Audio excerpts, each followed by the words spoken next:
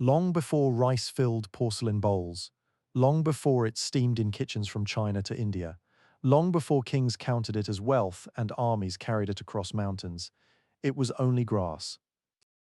It grew quietly in the wetlands of the lower Yangtze River Valley, where the earth was soft beneath the feet and the horizon disappeared behind reeds. The world here was a world of water. Rivers wandered through broad plains. Shallow pools appeared after rain and remained beneath the summer sun. Frogs called from the mud. Insects hovered above the surface. Birds descended in great numbers to feed among the grasses. There were no great cities beside these waters. No stone walls rose above the marsh. No officials waited with tablets to record taxes. There were only small communities of people living close to the river, moving through a landscape that supplied fish, shellfish, nuts, roots, animals, and countless plants whose names have been lost. Among those plants was a wild grass, now known as Oryza rufipogon. It did not look important. Its stalks were thin, its seeds were small. When the grains became ripe, they tended to fall away naturally, scattering into the mud where another generation of plants might grow. This was useful for the grass. It was inconvenient for anyone trying to gather dinner. And yet people gathered it. Perhaps someone noticed the birds feeding on the seeds. Perhaps children learned that the grains could be shaken from the stalks into a basket. Perhaps the discovery was so ordinary that nobody considered it a discovery at all. That is often how history begins, not with a trumpet, not with a king, with someone hungry enough to pay attention. The people of the lower Yangtze collected the little grains and carried them back to their settlements. The husks had to be removed. The grains could be crushed, boiled, or mixed with other foods. None of this was easy. Gathering wild rice required patience, and the reward must sometimes have seemed disappointingly small. But the grain possessed one quality that mattered enormously. It could wait. Fish spoiled, fresh plants withered, meat had to be dried or smoked. Many foods arrived according to seasons that humans could observe but could not command. Rice was different. Once properly dried, the little grains could remain edible long after the green stalks had disappeared. A basket of grain was not simply food, it was food for later. That distinction would eventually change much of the human world. For people living close to the uncertainties of weather and season, later was always dangerous. A river might flood too high. Animals might move elsewhere. Winter might linger. A familiar patch of edible plants might fail. Hunger rarely arrived with ceremony. It came gradually as stored food diminished and the landscape offered less each day. A handful of dry grain could make that uncertainty slightly less frightening. So people returned to the marshes. Season after season, they learned where the wild rice grew thickest. They learned when the grains were nearly ripe. They learned how to collect them before too many fell into the water and disappeared. Around the wetlands, human habits began to settle around the habits of a plant. This did not happen quickly. There was no morning when a village woke and announced that agriculture had begun. The change was slow enough that generations could pass without anyone realizing that their way of life was becoming different from that of their grandparents. People still fished, they still hunted, they still gathered wild plants. But rice became more familiar. At places such as Shangshan, in what is now Zhejiang province, traces preserved in ancient earth suggest that humans were handling rice in increasingly deliberate ways thousands upon thousands of years ago. Tiny remains of grain, husk, tools, and soil preserve a story that no written record could have saved. The story is quiet. People were beginning to interfere. Perhaps they scattered grains near places where rice already grew. Perhaps they cleared competing plants. Perhaps they carried seeds from especially useful patches and dropped them into wetter ground closer to home. At first, the difference between gathering and farming may have been almost impossible to see. A person gathers a plant. The next season, that person encourages the plant to return. Then someone begins choosing where it should grow. Eventually, the landscape itself begins to change. The marsh was no longer merely a place where food happened to exist. It was becoming a place where human decisions could influence how much food would exist in the future. That was an extraordinary idea, though nobody needed words for it. The people who made these choices did not know that distant descendants would build entire societies around the grain in their hands. They did not know that rice would cross mountains and seas. They could not imagine terraced hillsides in places far to the south, imperial granaries filled to their roofs, or farmers standing in flooded fields thousands of years later. They were solving a smaller problem. They wanted enough to eat. And because they wanted enough to eat, they began choosing. When several clumps of rice grew nearby, some produced slightly larger grains than others. Some were easier to gather. Some ripened at useful times. A careful gatherer might naturally return to the better plants. The useful seeds were the ones most likely to be carried home. Some were eaten, some were lost. And some found their way back into the soil. That simple pattern repeated, again and again and again. The people changed very little from one season to the next. The rice changed very little as well, but history is patient. A tiny preference repeated across many harvests becomes selection. Selection repeated across generations becomes transformation. Slowly, the wild grass began its long journey toward becoming something else. And somewhere in those ancient wetlands, without a written agreement, and without anyone understanding the bargain, humans and rice entered into a relationship from which neither would easily escape. The mornings still began with mist over the water. Bare feet still pressed into cold mud. Hands still reached toward bending stalks, yet the grains being gathered were no longer quite the same grains that had grown there before. Some were becoming larger. A larger grain meant more food for nearly the same effort. It was not difficult to understand why people preferred it. When families saved or scattered seed, the plants with generous grains gained an advantage, not because nature favored them, but because human beings did. Other changes followed. The husks around the grain gradually became easier to deal with. Processing remained laborious, but certain plants required less effort than their wild relatives. Those plants, too, were more likely to be gathered and carried home. Still, the most important change was stranger. Wild rice had a problem from the human point of view. It refused to wait. When wild grains ripened, the connection holding them to the stalk weakened. A breeze, an animal, or the lightest disturbance could send the seeds falling into the mud. For the plant, this was sensible. A plant survives by spreading its seeds. For a human harvester, it was maddening. Imagine the work without imagining any particular person. A patch of rice is almost ready. The grains have filled. The family waits for the right moment, but wait too long, and much of the crop simply falls away. Among thousands of plants, however, there were occasional stalks whose grains clung more stubbornly. In the wild, this could be a disadvantage. Seeds that refused to fall might never reach the soil. Near humans, the opposite became true. The stubborn grains were easier to harvest. People collected them, people carried them, and people helped them reproduce. The rice that was worst at scattering its own seeds became the rice most likely to survive in a human landscape. It was an odd reversal. A successful wild plant needed to escape the stalk. A successful domesticated plant needed to remain there until a human hand arrived. The grain was learning, in the slow language of evolution, to wait. Of course, no rice plant understood any of this. There was no intention in the stalk and no plan inside the seed. There were only countless small differences, followed by countless human choices. But seen across the great distance of time, the result feels almost like a conversation. The plant offered more food. Humans offered protection. The plant held its grains. Humans carried its descendants into new soil. The plant became increasingly dependent upon human harvesting. Humans became increasingly dependent upon the harvest. Neither side had planned the arrangement. Both were being changed by it. As rice became more reliable, people had another reason to remain close to the wetlands. A family that had encouraged a useful patch of grain did not want to wander too far before harvest. A community that had spent weeks clearing ground had reason to return to it. A store of dried grain was valuable, but it was also heavy. Carrying large quantities across long distances was difficult, so the grain quietly encouraged stillness. A camp occupied for a season might be occupied again. A temporary shelter might become a sturdier house. A familiar patch of wet ground might become something resembling a field.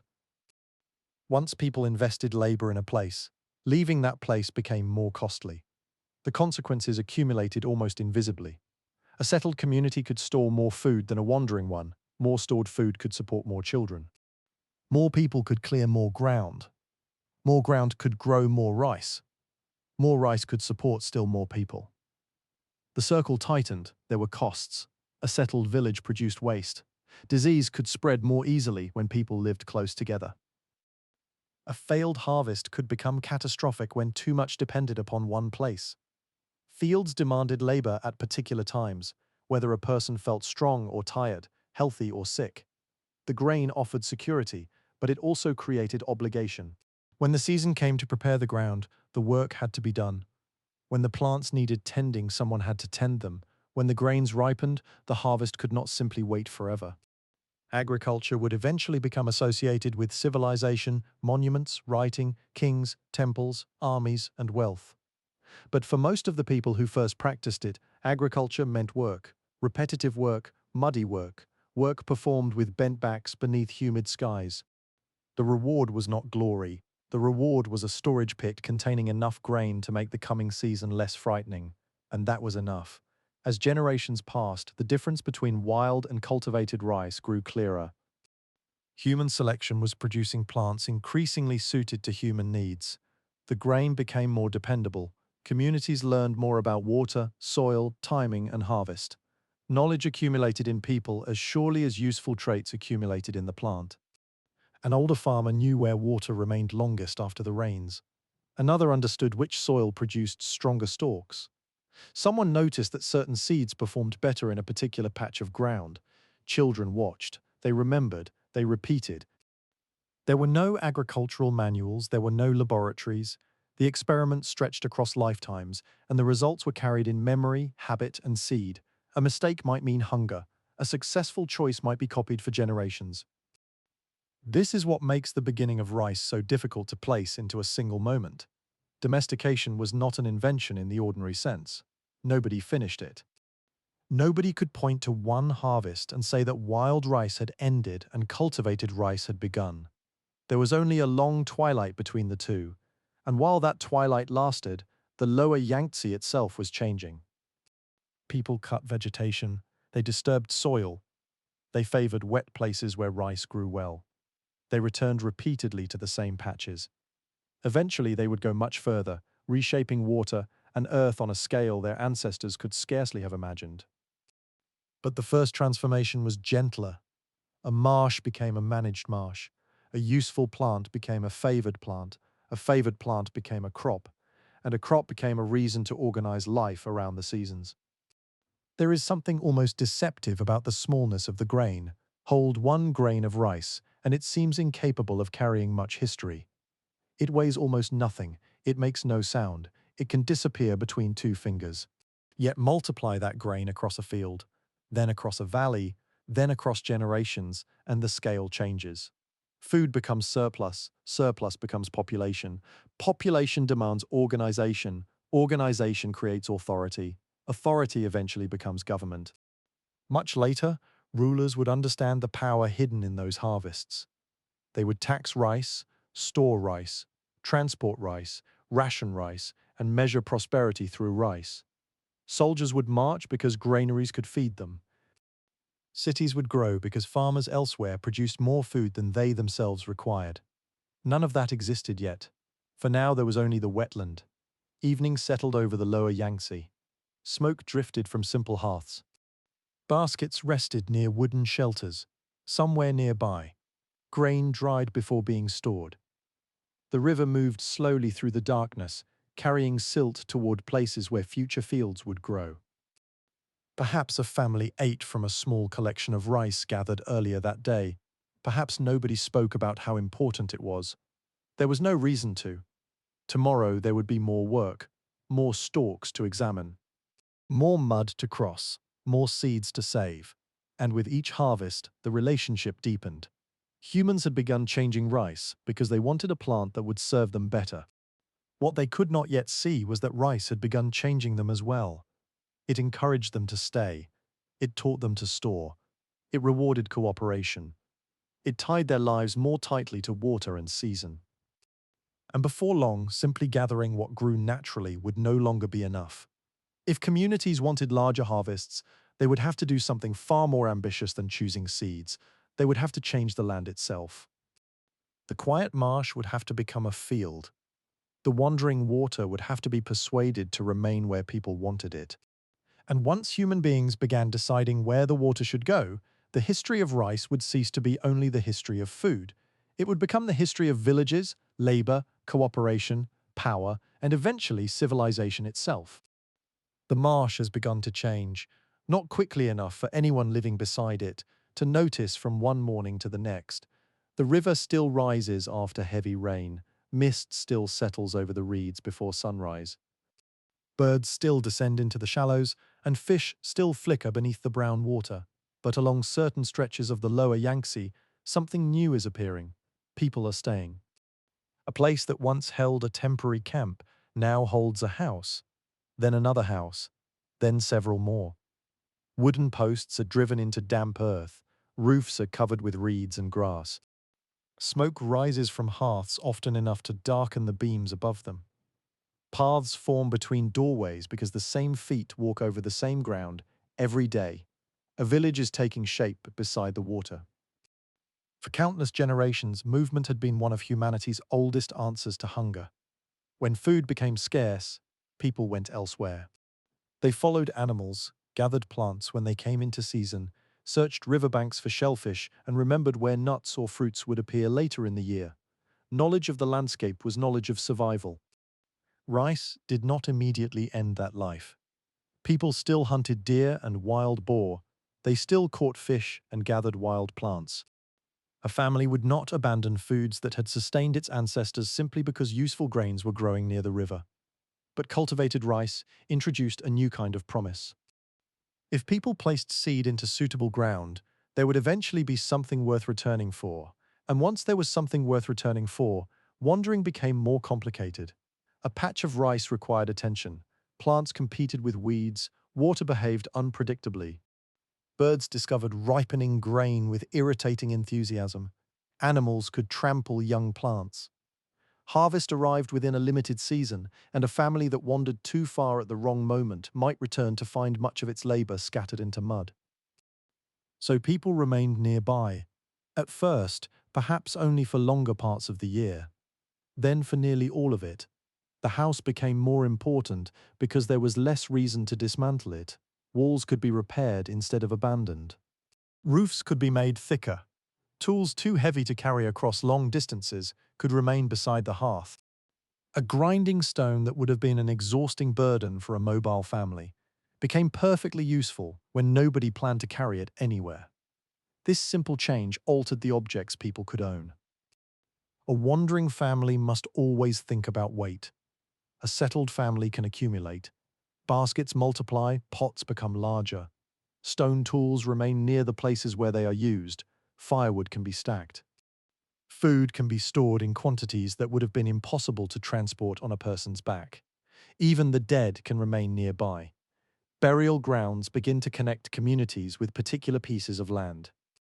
An ancestor is no longer remembered only through stories carried from place to place. The ancestor may lie beneath familiar soil, close to the houses of children and grandchildren. Land becomes memory, memory becomes belonging, and belonging makes leaving harder. Imagine the village in the cool grey light before dawn. The first sound might be a dog moving between the houses. Then a door opens. Someone carries embers back to life. Smoke gathers beneath the roof before finding its way through gaps in the thatch. A child wakes somewhere nearby. Grain is being pounded or ground. Beyond the houses lies the wet ground where rice grows. Nothing about the morning feels like the beginning of civilization. It feels like work. Someone must repair a basket. Someone must check traps. Someone must collect wood. Someone must carry water. Someone must watch the children. Someone must prepare grain from the previous harvest. And when the planting season comes, many of those ordinary tasks become organized around the fields. This is one of the quieter revolutions in human history. Time itself begins to feel different. For hunters and gatherers, Seasons had always mattered. Animals migrated, plants ripened, rivers flooded, winter and summer shaped everything, but farming tightened the calendar. Certain work had to happen before other work. Ground must be prepared before planting. Seed must go into the earth at the proper time. Young plants must survive before grain can ripen. Harvest must come before too much is lost. After harvest comes drying. After drying comes storage. Then the waiting begins again. The year becomes a circle of obligations. Children grow up learning that circle. They know the smell of wet earth when planting approaches. They know the appearance of grain as it ripens. They know the sound of adults working long after the sun has begun to sink. They learn which birds steal seed and which weather brings danger. Knowledge becomes increasingly local. A family does not merely understand rice in general. It understands this patch of earth, this stream, this slope, this kind of mud, this place where water remains after rain. The village becomes an archive without writing. Its records are carried in memory. An older person remembers the year the river rose too high. Another remembers a season when the rains came late. Someone knows which seeds produced the strongest plants in unusually wet ground. Someone else remembers where a channel once ran before mud filled it. Such knowledge has value, and value changes relationships. The best hunter had once possessed an obvious skill. Now other kinds of skill matter as well. A person who understands water may become important. So may someone skilled at making tools, building houses, weaving baskets, or processing grain. Settled life allows people to become better at particular tasks, because not everyone must do everything equally well. That sounds like progress. Sometimes it is. But specialization has a shadow. The more a community depends upon different people doing different things, the more complicated its relationships become. Cooperation becomes necessary. So does negotiation. So does obligation. A family cannot easily maintain every field, repair every tool, build every house, and perform every harvest without help. Neighbors matter, kinship matters, promises matter, and eventually authority matters. For now, however, the village remains small enough that power may be difficult to see. There is no palace, no throne, no tax collector. Perhaps decisions are made among elders, perhaps respected families have more influence. Perhaps the strongest household owns better tools or controls a particularly useful patch of land. The evidence left in the earth cannot tell us every conversation, but something important is becoming possible. People are producing food that does not have to be eaten immediately. After a successful harvest, grain can be dried. Then it can be stored. The storage place may be nothing grand, a pit protected from damp, a raised container. A basket sealed as carefully as available materials allow. Later communities will build larger structures specifically to protect grain. The principle matters more than the architecture. Food has entered the future. A fish caught this morning solves today's hunger. Stored grain can solve hunger months from now, and once food can survive longer than the moment in which it was gathered, human society begins to acquire a new kind of power. It can save. The first surplus probably does not look impressive. There is no mountain of rice, no enormous granary. Perhaps there are only several containers with more grain than a household expects to eat immediately. Yet consider what that means. If the river floods at the wrong time, there is something to eat. If hunting is poor, there is something to eat. If illness keeps someone from working, there is something to eat. If a mother is feeding a young child, there is something to eat. Stored grain becomes a cushion between human beings and disaster, and communities with that cushion can grow. More children survive difficult seasons. Families become larger. The village gains new houses. More people mean more hands available during planting and harvest. More hands can work more land. More land can produce more grain. Again, the circle tightens. But surplus does something else. It creates time. If every person must spend nearly every waking hour searching for food, there is little room for specialized work. When a portion of the community can produce enough food for others, some people can spend more of their lives doing something different. A skilled toolmaker can make better stone blades. A potter can become more practiced. A builder can learn which timbers survive damp conditions. A person with knowledge of plants can spend more time gathering and preparing remedies. Someone can organize communal work. Someone can perform ceremonies. Someone can guard what has been stored. And that last task leads toward a more uncomfortable question. If grain has value, who owns it? Perhaps the answer begins simply: a household grows grain and keeps its own harvest. But fields are not identical. Some receive better water. Some have richer soil. Some families have more healthy adults available to work. Some experience better luck. One household finishes the season with barely enough. Another has plenty. For the first time, differences in stored food can remain visible for months. Surplus can accumulate. And accumulated food can become power. A family with extra grain can help a neighbor after a poor harvest. That help may be generous. It may also create a debt. A household might promise labor in return. A marriage might strengthen the relationship. A future harvest might be shared. What begins as assistance can slowly become dependence. Nobody needs to invent inequality deliberately. It can grow from ordinary differences. One field is better. One harvest is larger. One storage pit is fuller. One family can survive a bad year without asking anyone for help. Another cannot. The next year, the difference may become greater. Then comes another problem. A communal store of grain is useful only if everyone agrees about when it should be opened. Imagine a village after a difficult season. The harvest is smaller than expected. There is grain stored from previous years, but not enough to waste. Who decides how much each household receives? Who decides whether seed grain may be eaten? Who decides what must remain untouched for planting? These are no longer questions about agriculture alone. They are political questions. The person trusted to watch the storehouse holds responsibility. Responsibility can become authority. Authority can become privilege. Perhaps the change is barely noticeable at first.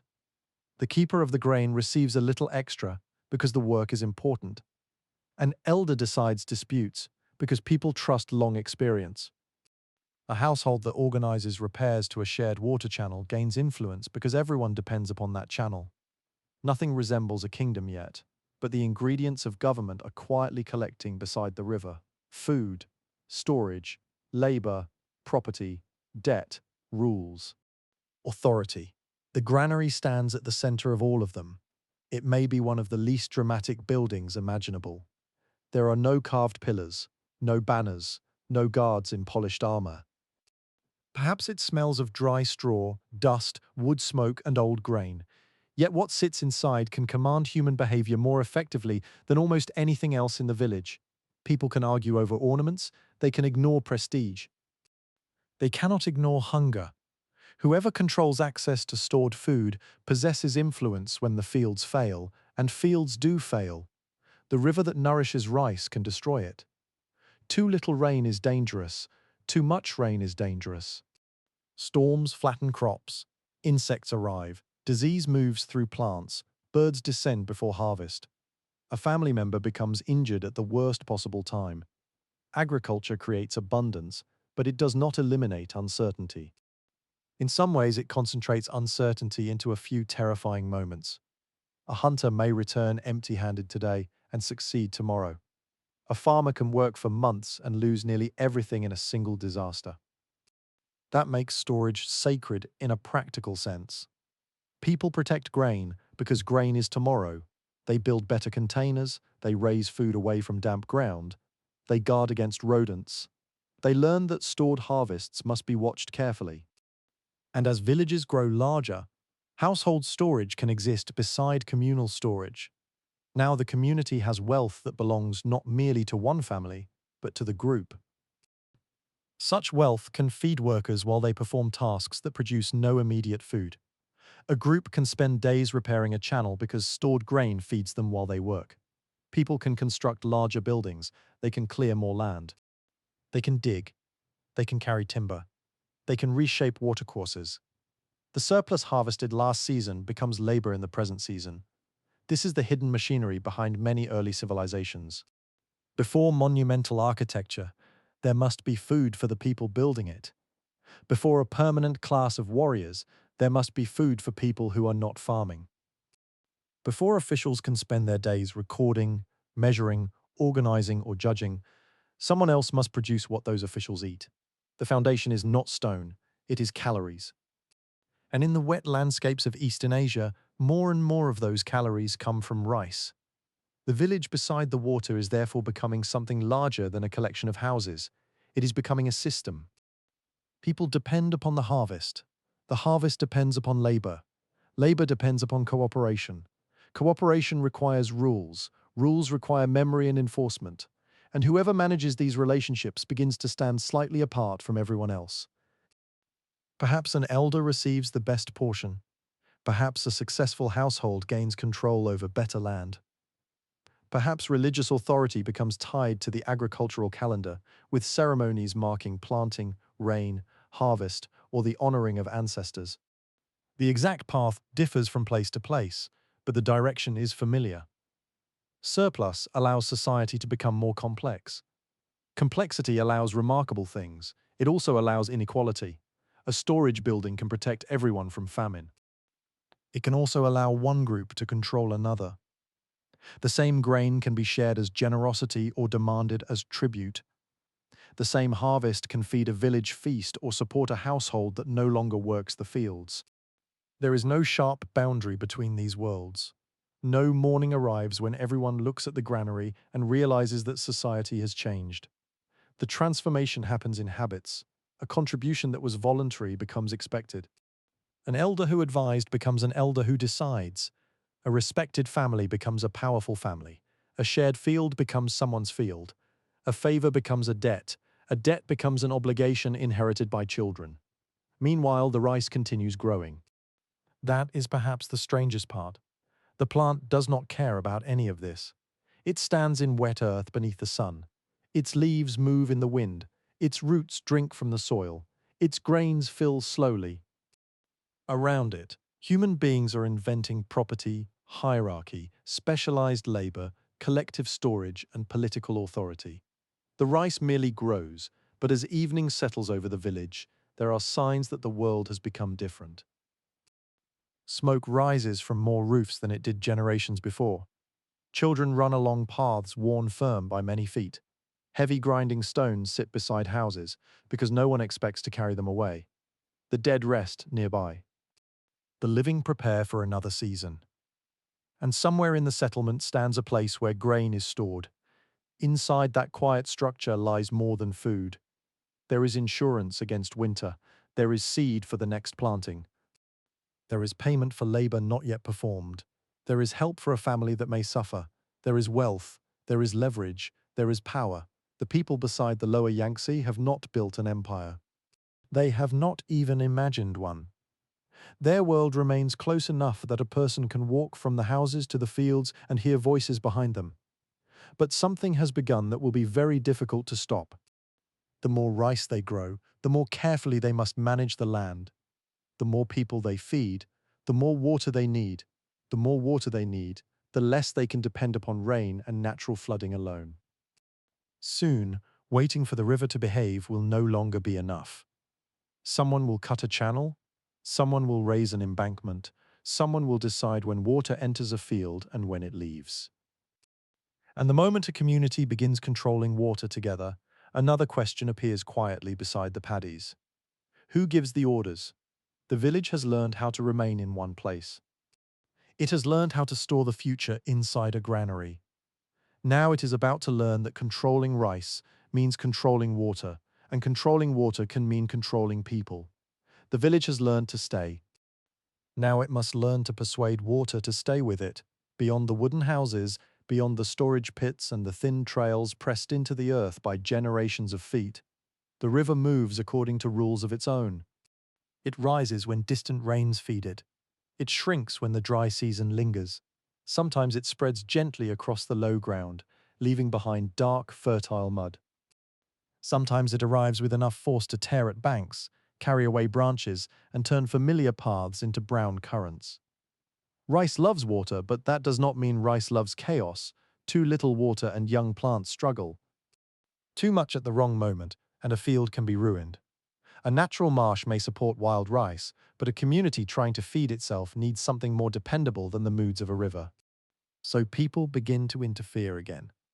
At first, the work is modest. A family chooses a low patch of ground where water naturally gathers.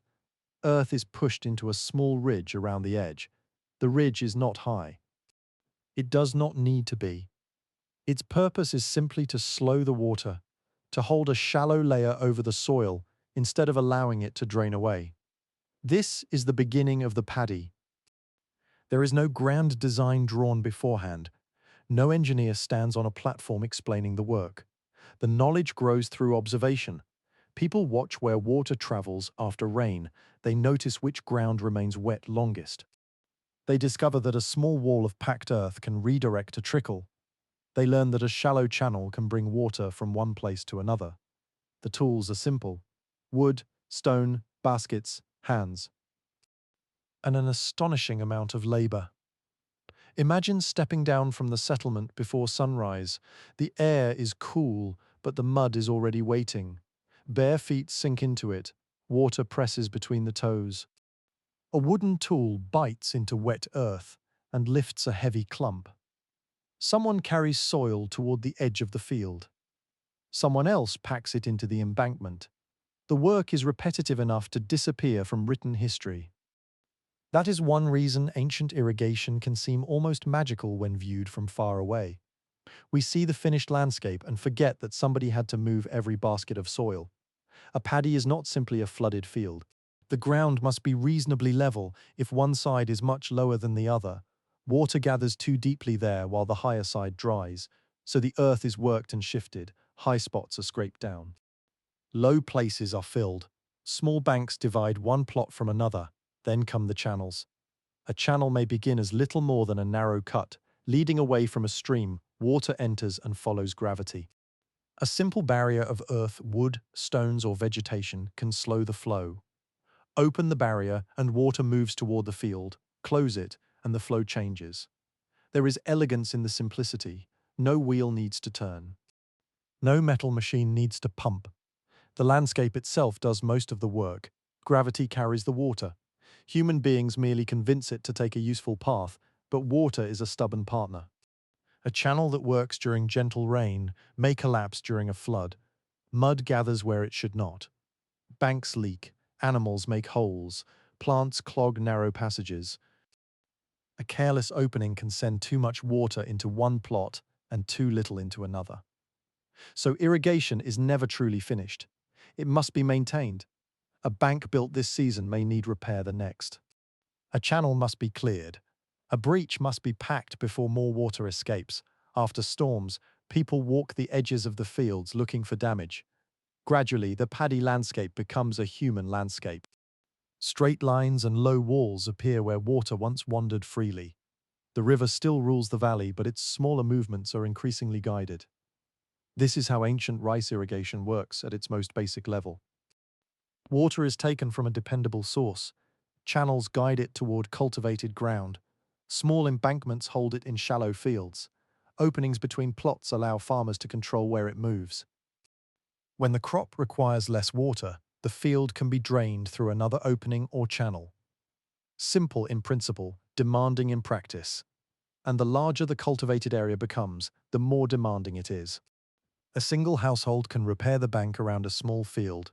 A household can clear a short ditch. A household can decide when to let water into its own plot. But water does not recognize household boundaries. A channel serving one field may have to cross another.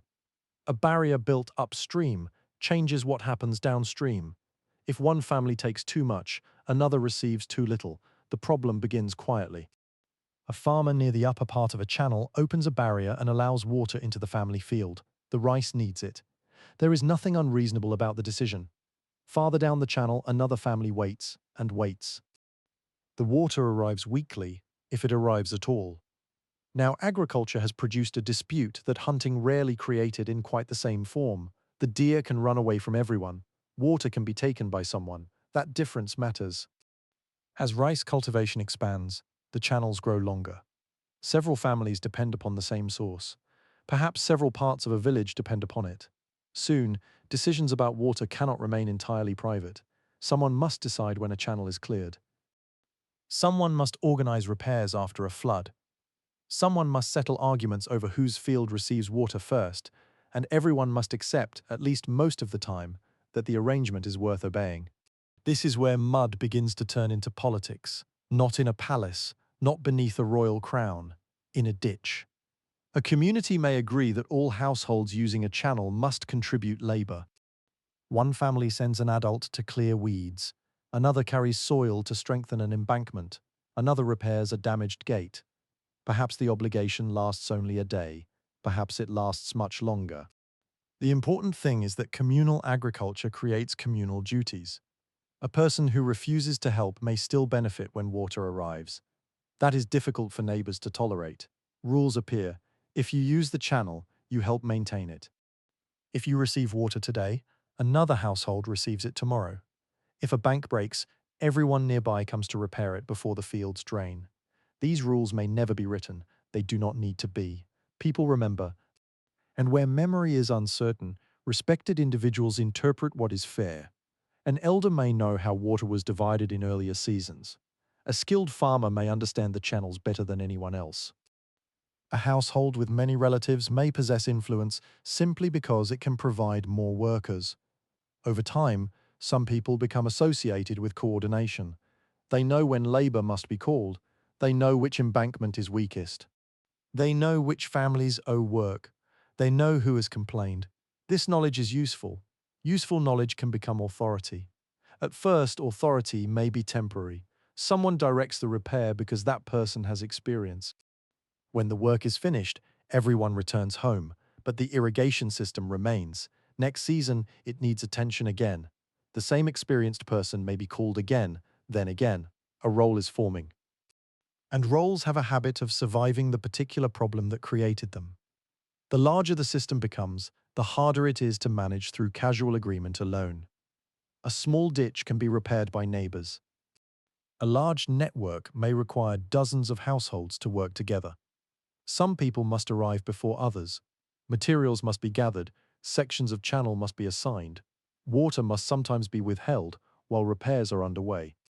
Now coordination itself becomes labor. The person organizing the work cannot spend every moment tending a private field. How does that person eat? The answer may already be sitting in the village granary. Surplus grain can support people who perform work for the community. The storage system and the irrigation system begin to reinforce one another. Rice feeds the people who manage water. Managed water produces more rice. More rice creates a larger surplus. A larger surplus supports more specialized roles. The circle grows. And with every turn, the village becomes capable of doing things that a collection of independent families could never accomplish. Longer channels can be dug. Larger embankments can be raised. Wetlands can be converted into productive fields. More people can be fed from the same valley. Population rises. New houses appear. The cultivated landscape spreads. Yet success makes the system more fragile in a new way. When only a few families depend upon a small field, a broken channel is a local problem. When an entire settlement depends upon an irrigation network, a broken channel can become everyone's problem. The water system must work. That necessity gives power to the people who understand and manage it. A water manager does not need to be a king. There may be no king at all, but imagine what such a person knows. Which household received water last? Which family failed to provide labor? Which field lies beside the main channel? Which embankment needs urgent repair? Which families have enough grain to contribute workers and which are struggling? This is practical information. It is also political information. Control of water does not automatically create a state. Human societies are more complicated than that. Communities can manage irrigation cooperatively, and many have done so without powerful rulers standing over every ditch. But irrigation creates conditions in which organization becomes valuable. And once organization becomes permanent, institutions can grow around it. The seasonal call for workers becomes an expected labor duty. The respected coordinator becomes an official. The contribution of grain for communal work becomes a regular obligation. A temporary store becomes a public granary. A record kept in memory eventually demands a more reliable form of accounting. Who contributed? Who received? Who owes? How much remains? The questions become increasingly difficult to answer by memory alone. Far in the future, states will develop elaborate systems for recording harvests, land, taxes, labor, and grain. Officials will measure fields and inspect canals. Rulers will claim authority over rivers. Great works of water control will become symbols of political legitimacy. But all of that rests upon an ancient problem, simple enough to understand, while standing ankle-deep in mud. The rice needs water. The water must be shared. Someone must organize the sharing. The farmer at the far end of the channel does not care about political theory. He cares whether water reaches his field before the young plants weaken.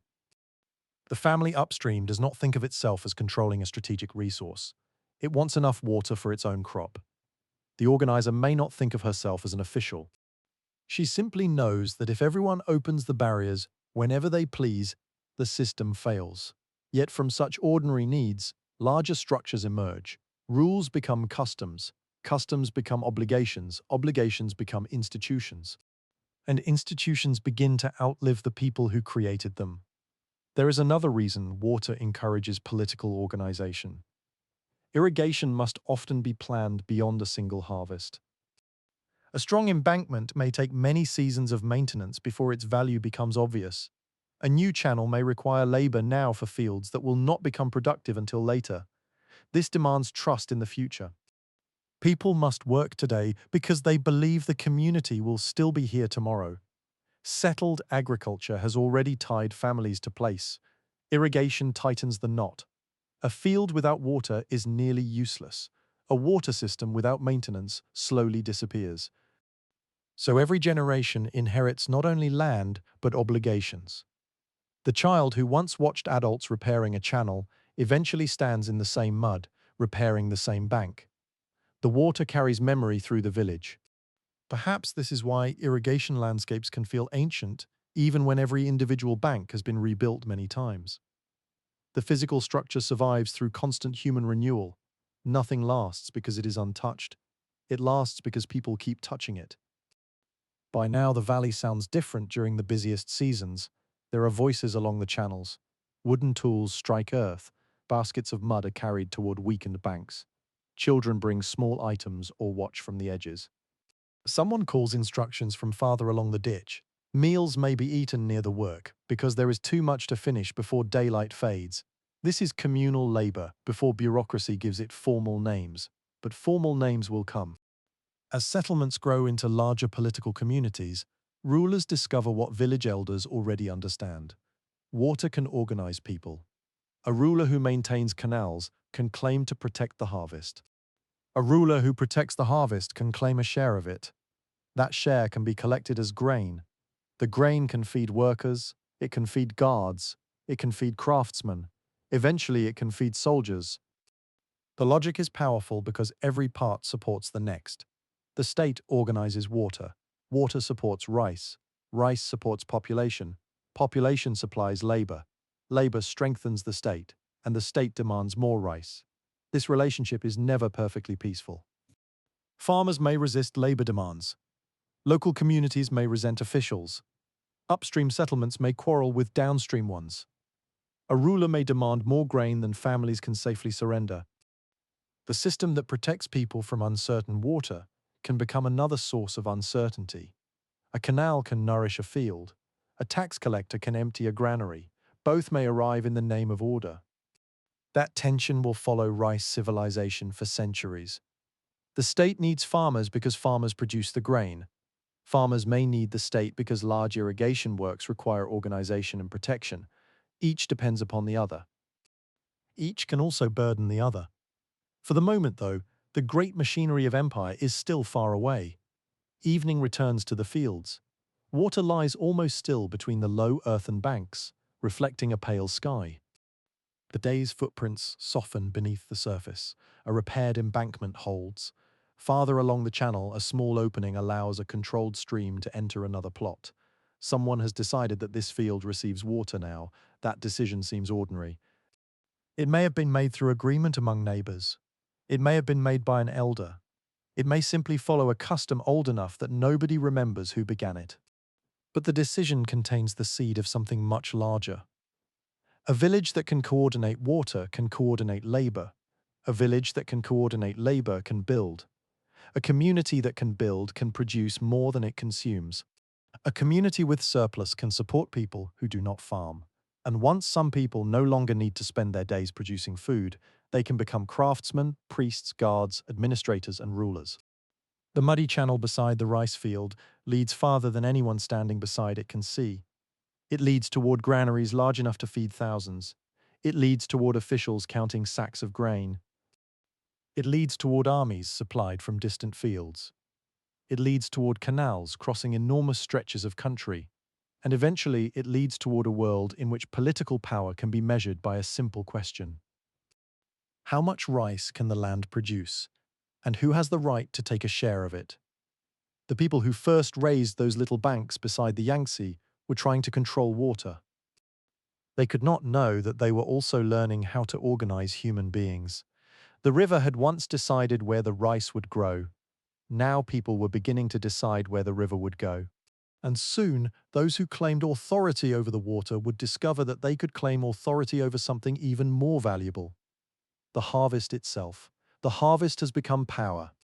What began beside muddy fields as a simple effort to keep enough food for the difficult months has grown into something far larger. Across ancient China, grain no longer moves only from field to household or from household to village storehouse. It begins to travel toward officials, soldiers, administrators, distant towns, and rulers whose faces most farmers will never see. The granary has changed. Once it was protection against hunger. Now it is also an instrument of government. Imagine a farming household after harvest.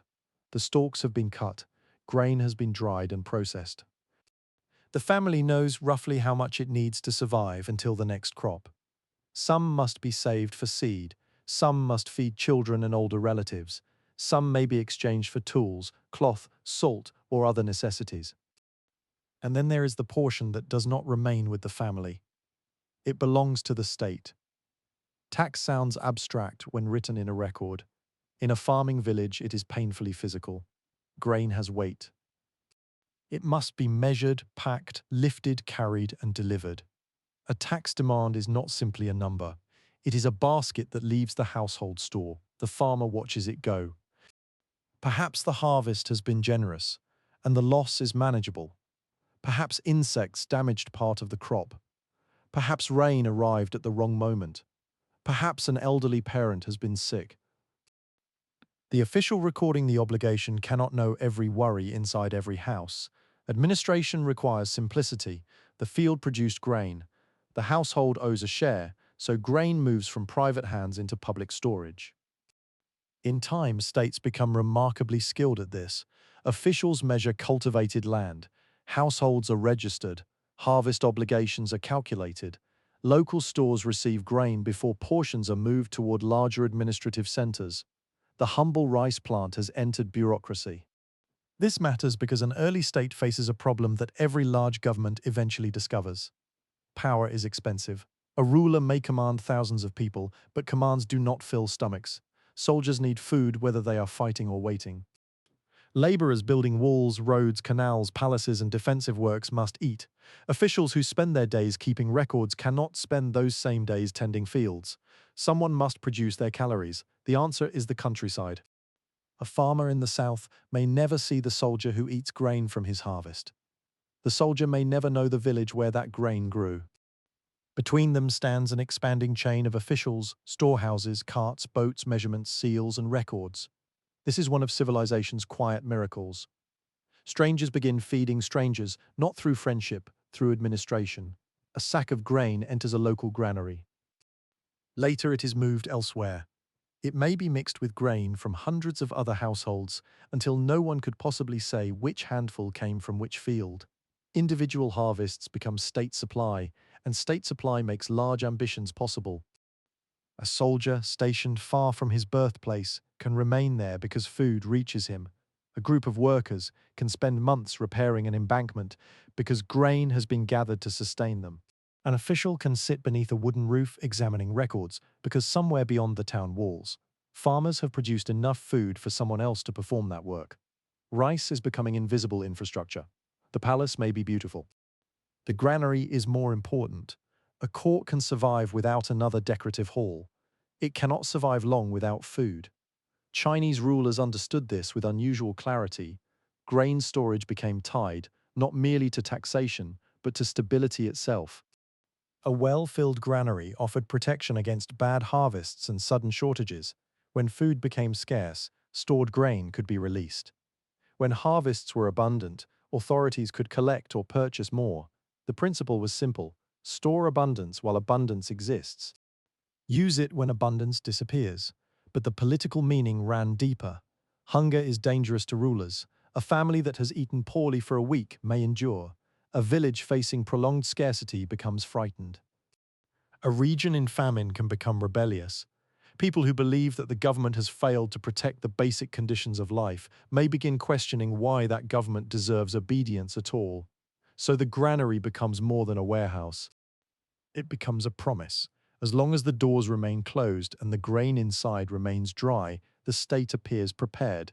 Then comes the year when rain fails, or the river floods, or insects destroy part of the crop. Now everyone looks toward those doors. This is the moment when administration becomes personal. If grain is released in time, families survive. If officials delay, hoard, steal, or miscalculate, people suffer. A ruler may live hundreds of miles away, but his legitimacy can depend upon whether a village receives a bowl of grain. The connection between rice and government therefore becomes intimate in a strange way. Farmers support the state through their harvests, and the state claims to protect farmers through storage, irrigation, order, and relief. Neither side always fulfills the bargain. Taxes can become too heavy. Officials can become corrupt. Granaries can be badly maintained. Records can lie. A storehouse that appears full on a wooden tablet may contain far less than expected, and grain itself is difficult to govern. It rots, it attracts insects, rodents find their way into badly protected stores. Damp can ruin what looked like security. So officials must inspect, rotate, measure, and move supplies. Granaries require maintenance just as canals do. Administration grows because grain creates endless practical questions. How much came in? How much went out? How much spoiled? Which district paid? Which district failed? Which garrison needs more? Which region suffered a poor harvest? Behind every answer is another clerk, another record, another journey. The empire is learning to count its food. And once a government can count grain, it can begin counting many other things: fields, households, workers, soldiers, obligations. The logic of the granary spreads outward, yet storing rice near where it is grown solves only part of the problem. China is vast. Its richest agricultural regions are not always beside its political centers.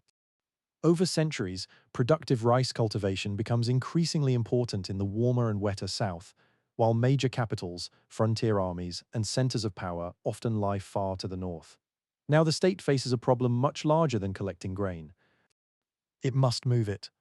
A sack of rice is useful only if it can reach the hungry person. Carrying grain over land is slow and expensive. Animals that pull carts must themselves eat. Roads become muddy, wheels break, mountains interfere. Every mile consumes effort. Water offers another possibility. A boat can carry a weight that would exhaust many animals on a road. So the old relationship between government and water takes on a new form. Water had once been directed into paddies. Now it will be used to connect entire regions. Let us leave the granary doors behind and follow the grain north. The journey begins quietly. Rice is loaded onto boats. Sacks and containers are arranged carefully. Boatmen check ropes, poles, sails, and cargo. Officials inspect quantities before departure. Somewhere, a clerk makes a mark confirming that grain has left one place and is expected to arrive at another. Then the boat moves. Slowly. That slowness matters. Modern maps can make enormous distances look easy. A line crosses a page in an instant. Real grain does not travel that way. It moves at the pace of water. The boat follows rivers and channels. Sometimes the current helps. Sometimes men push long poles against the bottom. Sometimes vessels must be hauled from the bank. Along difficult stretches, human beings lean into ropes. Their bodies become part of the transport system. Feet press against damp earth, shoulders pull. The rope tightens. The boat advances a little farther. then farther again. Inside it sits rice grown by people who may never leave their villages. The cargo passes settlements, fields, ferry crossings, markets, bridges, and warehouses. At stopping points, grain may be inspected again. Some is unloaded, other cargo joins it. The journey is vulnerable to weather, theft, accident, corruption, and simple human exhaustion. A boat can sink, a channel can become too shallow, an embankment can fail. Officials can report grain that never existed. Boatmen can be delayed. Bandits can discover that food is as valuable as silver when enough people are hungry. Keeping grain moving across such distances requires more than canals. It requires an administrative world wrapped around the canals. Workers maintain banks, officials supervise shipments, storehouses stand at important points, records follow cargo from one jurisdiction to another. The canal becomes a long-moving granary. Over many centuries, Chinese rulers build, repair, join, and expand waterways until the great north-south system known as the Grand Canal becomes one of the most extraordinary pieces of infrastructure in human history. Its importance is difficult to understand if we imagine it only as a transportation project. It is closer to an artery. The political north depends increasingly upon the agricultural wealth of the south. The canal allows that wealth to move toward capitals and armies. Rice flows north, authority reaches south. The relationship is physical. A distant province may seem far from the imperial court, but if its grain enters the canal network, it is tied to the center. The emperor does not need to stand in the paddy. The state arrives through measurement, taxation, transport, and obligation. Consider the scale hidden inside one shipment. Farmers prepare fields. Water managers maintain channels. Families transplant, tend, harvest, dry, and process grain. Collectors gather the required share. Porters lift it. Clerks record it. Warehouse workers store it. Boat crews transport it. Canal laborers maintain the route. Officials inspect it. Guards protect it. Then, after weeks or months of movement, the grain reaches people who had nothing to do with growing it. A government has connected them. This connection allows cities to become larger than their surrounding farmland could support. A capital can contain officials, craftsmen, merchants, servants, soldiers, scholars, priests, and wealthy households. Because food arrives from elsewhere, the city eats the countryside at a distance. Every morning, kitchens come to life. Fires are lit. Water is heated. Rice is washed and cooked. The person holding the bowl may know almost nothing about the chain that brought it there. That is the success of the system. When infrastructure works well, it disappears. The bowl simply arrives. Yet behind its quiet steam lies a continent of labor. The canal itself demands constant attention. Water levels change, banks weaken, silt gathers, gates and other works need repair. Floods damage sections that took years to build. An emperor may order a canal restored, but imperial words do not move mud. People do. Thousands of workers can be called for labor. Some arrive as part of state obligations. Others may be paid or supplied with grain. They dig, lift, drag, pack, and rebuild. Again, rice creates the conditions for the work. Workers repairing the route eat grain transported through the same system. The canal carries the food that sustains the people who keep the canal carrying food. The circle is almost perfect. Almost. Because every great system produces burdens. A canal can enrich merchants and supply cities, but the labor required to maintain it falls upon real households.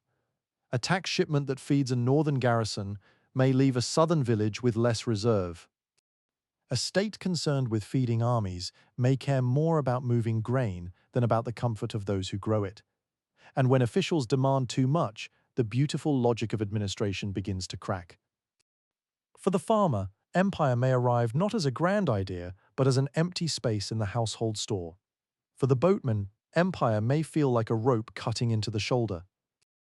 For the clerk, it may be columns of grain amounts that must balance before the day ends.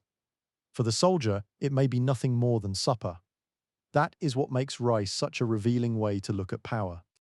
Great states are often remembered through emperors, battles, palaces, and dynasties. But emperors eat, armies eat, officials eat, builders eat.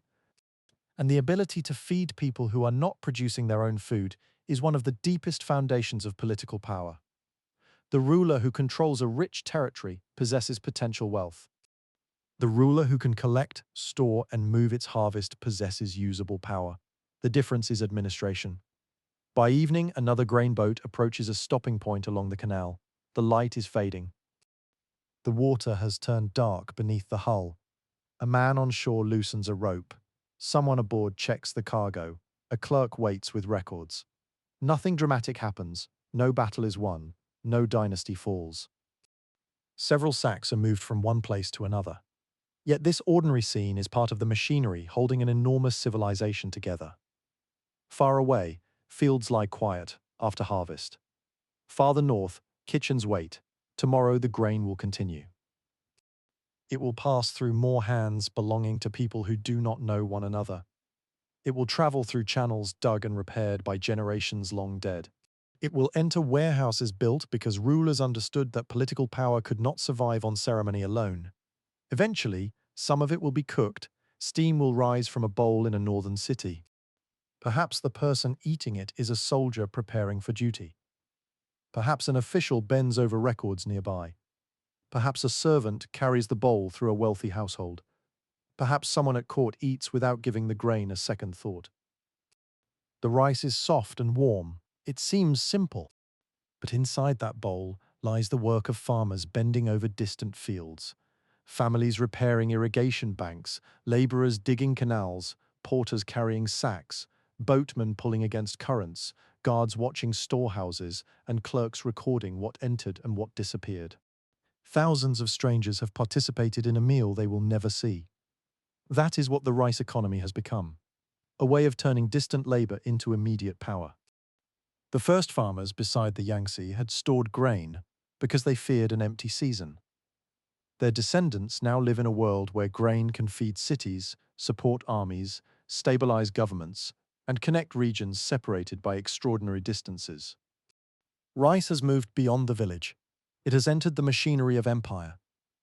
And once rulers discover that a harvest can be measured, taxed, stored, and carried across the country, they begin looking beyond their own fields, beyond the rivers, beyond the mountains, beyond China itself. Because rice does not remain where it began. The grain that learned to wait for human hands is about to travel with those hands into warmer valleys, monsoon plains, islands, and mountain slopes far to the south. And wherever it goes, people will once again reshape the land around it. The grain moves south. It does not travel as an army travels, beneath banners and drums. It moves more quietly, carried in baskets, tucked into boats, exchanged between neighboring communities, and saved carefully by families who understand that a handful of seed can be more valuable than a handful of food. Behind it lies the long valley of the Yangtze. Ahead lies another world. The land grows warmer, forests thicken. Rivers descend from mountains and spread across broad lowlands before reaching the sea. Rain no longer feels like an occasional visitor.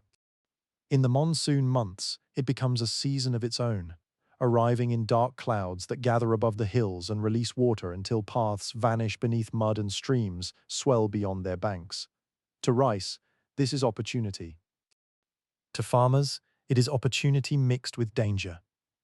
Across the lands that are now southern China, Vietnam, Thailand, Myanmar, Laos, Cambodia, and the wider regions of Southeast Asia, communities encounter environments almost perfectly suited to wet rice cultivation.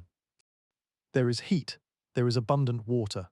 There are river valleys filled with fertile soil carried down from distant mountains, but there is no single Southeast Asian landscape. Along one river, a farmer may stand in a broad plain where water spreads slowly across the earth.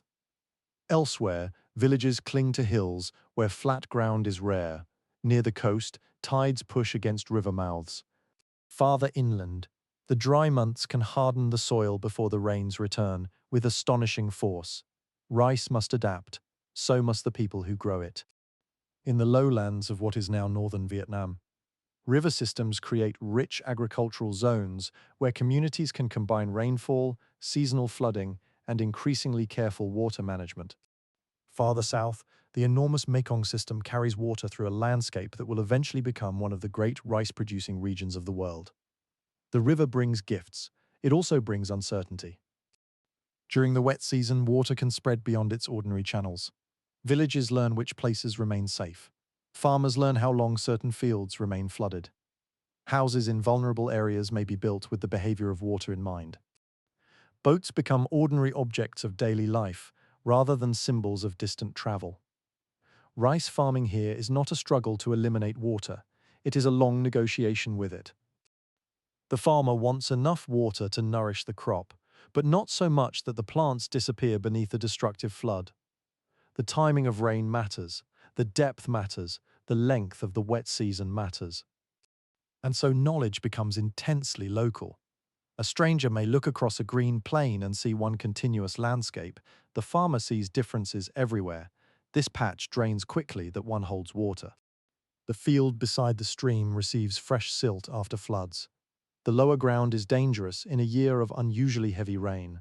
A particular variety of rice grows well, where another fails. The knowledge may never be written down. It passes through demonstration, memory, conversation, and habit.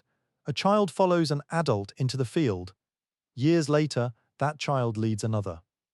This is how agricultural civilizations carry information across centuries. Not every useful idea needs a book. Sometimes it needs muddy feet and a good memory. As rice becomes established across the monsoon lands, the agricultural year settles around the rains. Before the monsoon, there is waiting. The sky is watched, clouds are noticed, heat gathers. The earth seems to hold its breath. Then the rains arrive, the smell changes first. Dry dust becomes wet soil, roofs drum beneath falling water, channels fill, rivers rise. Frogs appear in places that seemed lifeless only days before. Fields that had looked brown begin turning green. The transformation can be astonishing. Rice seedlings emerge in carefully prepared places before being moved into wetter fields. Transplanting is slow work. People bend repeatedly, placing young plants into soft earth at intervals that experience has taught them to recognize. The posture is humble. The scale is enormous. A single person planting a small patch seems insignificant. Multiply that motion across a village, across a valley, across generations, and an entire landscape changes color. Soon the paddies become bright green, then deeper green. Wind passes over them in waves. Water reflects the sky between the rows. Buffalo move slowly through the mud, where they are used for field work. Birds follow, searching for disturbed insects. Children appear along the narrow banks between plots. Rice cultivation creates an ecosystem as much as a crop. Fish may live in flooded fields. Frogs feed among the plants. Ducks forage in shallow water. In some places, farmers learn to use these relationships rather than fight them. The paddy becomes food layered upon food. And the warm climate offers something that cooler regions cannot always provide: time. Where conditions allow, farmers can grow more than one rice crop within a year. In especially favorable landscapes, careful control of water and suitable varieties can make repeated planting possible. This changes the mathematics of food. A field that produces one harvest feeds a certain number of people. A field capable of producing another harvest can support far more. The same piece of earth becomes more productive, not because it grows larger, but because the calendar is used more intensely. That productivity helps explain the extraordinary density of settlement that rice-growing regions can eventually support. Villages multiply along waterways, markets grow, paths become roads, boats carry grain from places with surplus toward places where demand is greater. And with every successful harvest, rice becomes harder to separate from ordinary life. It is breakfast, it is supper, it is stored wealth, it is payment, it is hospitality. It is what a household hopes to have enough of when the rains behave badly.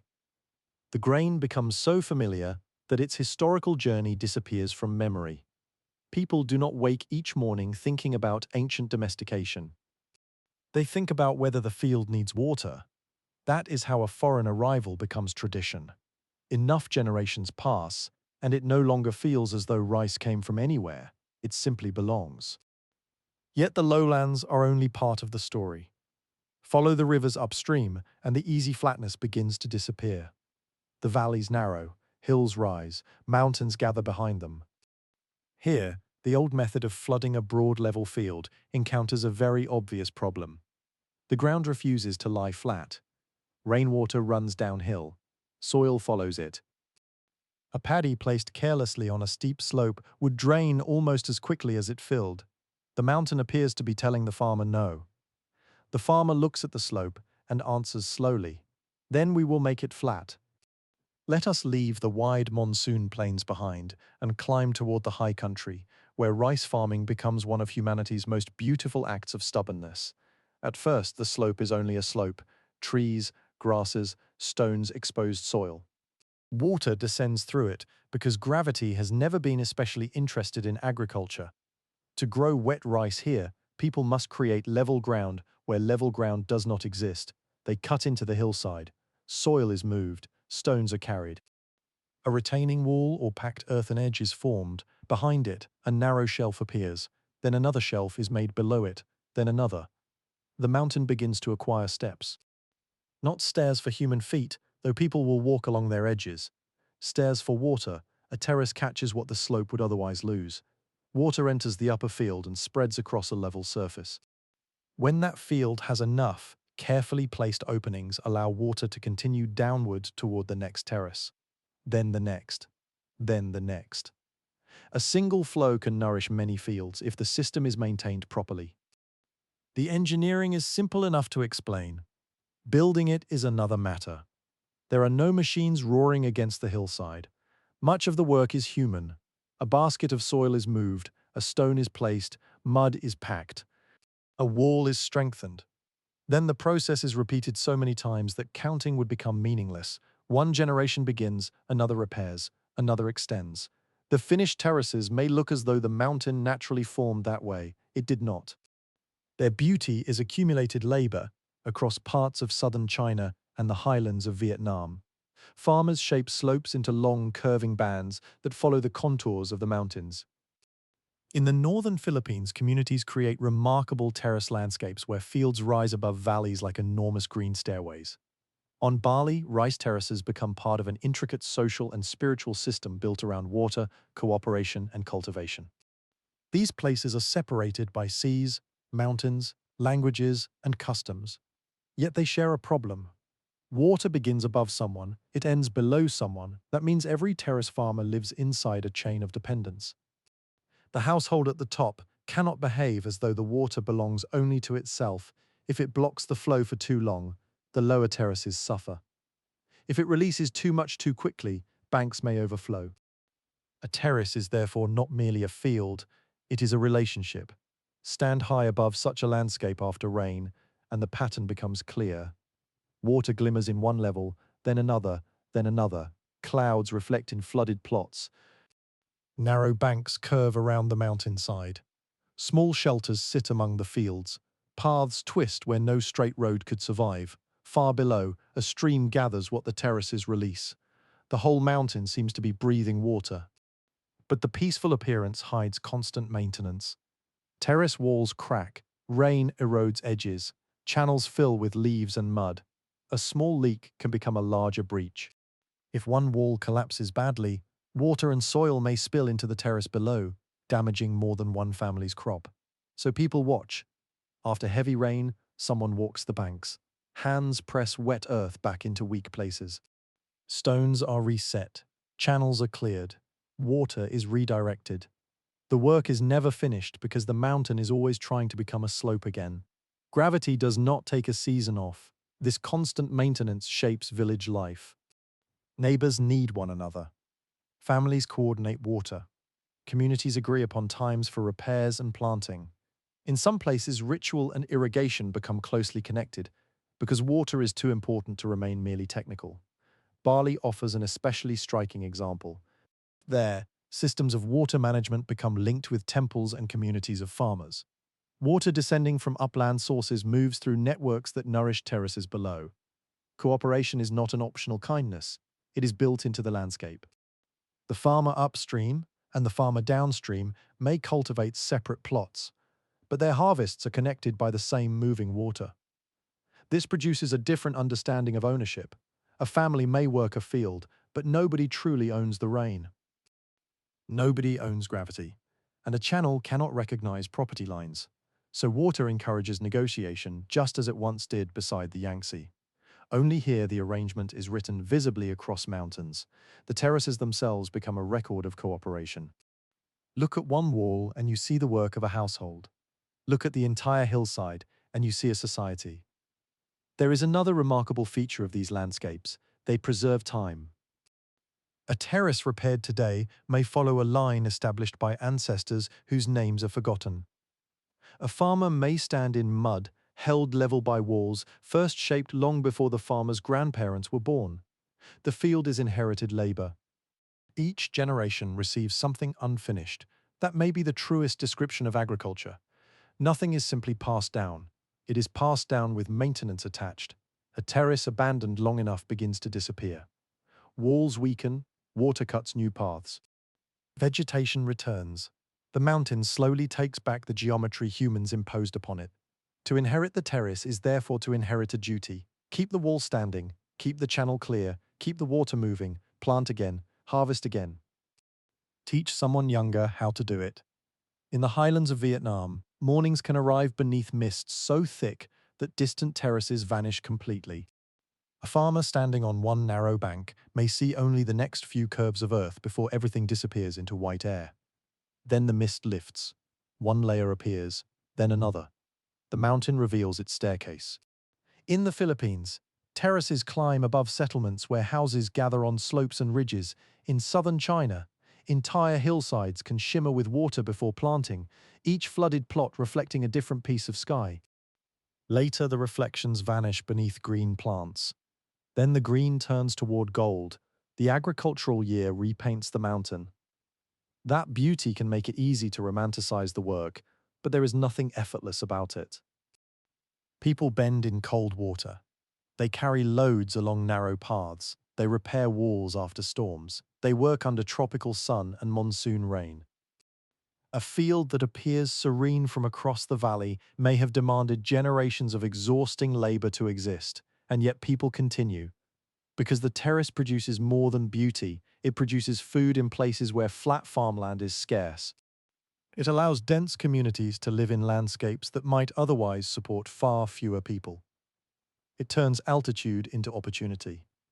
The same grain that flourished in low marshes has persuaded human beings to rebuild mountains around its needs.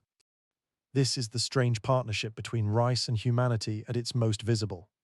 People change the landscape for the plant. The plant feeds enough people to maintain the changed landscape. The landscape then shapes the culture of the people living within it. Soon planting dates, water rules, ceremonies, family obligations, and village relationships become tied to the terraces. Rice is no longer merely adapting to culture. It is helping create culture. As evening settles over the mountains, the terraces lose their bright colors, water darkens, frogs begin calling, smoke rises from houses tucked against the slopes. Somewhere, cooked rice is being divided among a family whose fields may lie only a short walk away. Though reaching them requires following narrow paths around the contours of the hill, above the village, water continues moving, quietly, from a spring into a channel, from a channel into an upper terrace, from one terrace into another, downward through fields built by people long dead. No emperor directs each drop. No distant official needs to tell the water where to go. Local knowledge, inherited rules, shared labor, and the shape of the land keep the system alive. Tomorrow, someone will inspect a bank, someone will transplant seedlings, someone will clear a blocked channel, someone will teach a child where the water should be released. And in this way, the mountain remains a staircase. Rice has traveled far from the marshes, where its wild ancestors once scattered their seeds. It has crossed river valleys and monsoon plains. It has climbed into hills where it should have found little level ground. Wherever the landscape resisted, people answered with labor. But something else has happened during that long journey south. After enough generations, rice is no longer treated as simply a useful crop. It begins appearing in stories, in ceremonies, in offerings, in the language of gratitude and fertility. The grain that once mattered because it could be stored through a hungry season is acquiring another kind of value, one that cannot be measured by the size of a harvest. people have learned to depend upon rice. Now, in many places, they will begin to honor it. And beneath temple roofs, beside household shrines, and among fields glowing softly after the monsoon rain, the grain will begin its next transformation. Food is about to become sacred. By now, rice has become difficult to separate from life itself. It grows beside villages, beneath mountain mist, across river plains, and along terraces cut carefully into green hillsides. It waits in baskets after harvest. It steams above household fires. It feeds children, farmers, travelers, laborers, rulers, and priests. For generations, people have depended upon it. And when human beings depend upon something long enough, they rarely leave it as an ordinary thing. They begin to tell stories about it. A seed disappears beneath mud and returns as a living plant. A dry field becomes green after water arrives. One small grain produces many more. The crop dies beneath the sickle, yet seed from the harvest brings another crop into existence. To people living close to the agricultural year, none of this is abstract. It is witnessed every season. The boundary between survival and mystery becomes thin. A farmer understands perfectly well that rice requires water, soil, labor, and time. But understanding how something grows does not remove the wonder of depending upon it. If anything, dependence makes the mystery more powerful. The harvest can succeed. It can also fail. Rain may come too late. Floodwater may rise too high. Insects may arrive. A disease may move through the plants. A family can work carefully for months and still face an empty store. So people do what human communities have done in uncertain worlds almost everywhere. They work. And they pray. Across rice-growing Asia, planting and harvest become surrounded by customs that express gratitude, anxiety, hope, and respect. Rice appears at shrines and temples. Portions of a harvest may be offered before the rest is eaten. Rice wine becomes part of ceremonies. Special foods are prepared for festivals, marriages, funerals, ancestors, and religious occasions. The grain leaves the field and enters sacred space. Perhaps nowhere is this relationship more beautiful than on Bali. The island rises from warm seas into volcanic mountains. Rain falls heavily across parts of the highlands. Water gathers in springs and streams before descending toward valleys and coastal plains. For rice farmers, this downward movement is life. The water passes through channels, temples, villages, and terraces. It enters one field, then another. It reflects clouds, palms, and the dark shapes of volcanic slopes. The system is practical. It is also spiritual. Balinese rice cultivation develops around communities of farmers who cooperate in managing irrigation. Water cannot simply be treated as a private possession. The farmer above depends upon sources farther uphill. The farmer below depends upon water being released from fields above. Everyone is connected by the same flow. Temples become part of this agricultural landscape. Ceremonies accompany stages of cultivation, offerings express gratitude, and ask for balance. Water is not merely a substance that happens to make plants grow. It participates in a world where nature, community, and the sacred are woven together. And within that world appears Dewi Shri. She is associated with rice, fertility, prosperity, and life. Stories about her vary across communities and islands, as old stories often do. There is no need for every village to tell the tale in exactly the same way. What matters is the relationship. Rice is imagined not as dead material, but as something possessing presence, something worthy of care, something that can be offended by carelessness and honored through proper behavior. A farmer entering the field therefore enters more than a workplace. The plants represent food, ancestry, continuity, and sacred order. This may sound distant to someone accustomed to purchasing rice already cleaned and sealed, far from the field where it grew. But imagine living in a village where nearly every meal depends upon the harvest visible outside your home. The connection would be difficult to ignore. When the plants are healthy, there is relief. When they begin to ripen, there is expectation. When harvest approaches, the field contains months of labor and months of future meals at the same time. Of course, people treat it with reverence. The first grains of a harvest can carry special meaning because they represent the moment when uncertainty begins turning into security. A family may have watched the crop through storms. They may have repaired channels in heavy rain. They may have worried when leaves changed color. They may have guarded fields from birds and animals. Then, at last, the grain is ready. Cutting it is practical work, but it can also feel like crossing a threshold. The field that has been growing becomes the food that will sustain the household. Across different rice cultures, harvest traditions develop in different forms. There are songs, feasts, offerings, dances, shared labor, and rituals of thanks. Some customs are intimate and household-centered. Others involve entire communities. The details vary. The feeling is familiar. We have survived another season. The harvest is home. Rice wine carries the grain into another kind of ceremony. Grain is transformed through fermentation into a drink used in celebrations, offerings, agreements, and religious observances. The same crop that feeds the body can now accompany moments when people address ancestors, spirits, gods, neighbors, and one another. This transformation is important. Food culture rarely stops at nutrition. Human beings take what keeps them alive and turn it into meaning. Bread becomes more than ground grain and water. Wine becomes more than fermented fruit. Rice becomes more than a source of energy. Once that happens, the crop begins to enter identity itself. The language around rice changes. The way it is handled matters. The way it is served matters. Who receives it first may matter. Which variety is used for an ordinary meal and which is reserved for a special occasion may matter. A grain can become etiquette, it can become memory, it can become belonging. And this transformation does not occur only in temples. It happens every evening beside the household fire. Let us leave the terraces for a while and enter the kitchen. There is smoke beneath the roof. A pot rests near the heat. Someone has measured rice from storage, taking enough for the household but not carelessly wasting it. The grain may be rinsed, water becomes cloudy with starch. The rice is placed over the fire. Soon the room begins to smell different. It is a mild smell. Warm, familiar, steam rises. Children know what it means before they are old enough to understand agriculture. Food is almost ready. This repeated scene may seem too ordinary to belong in a history of civilization. It belongs at the center of it.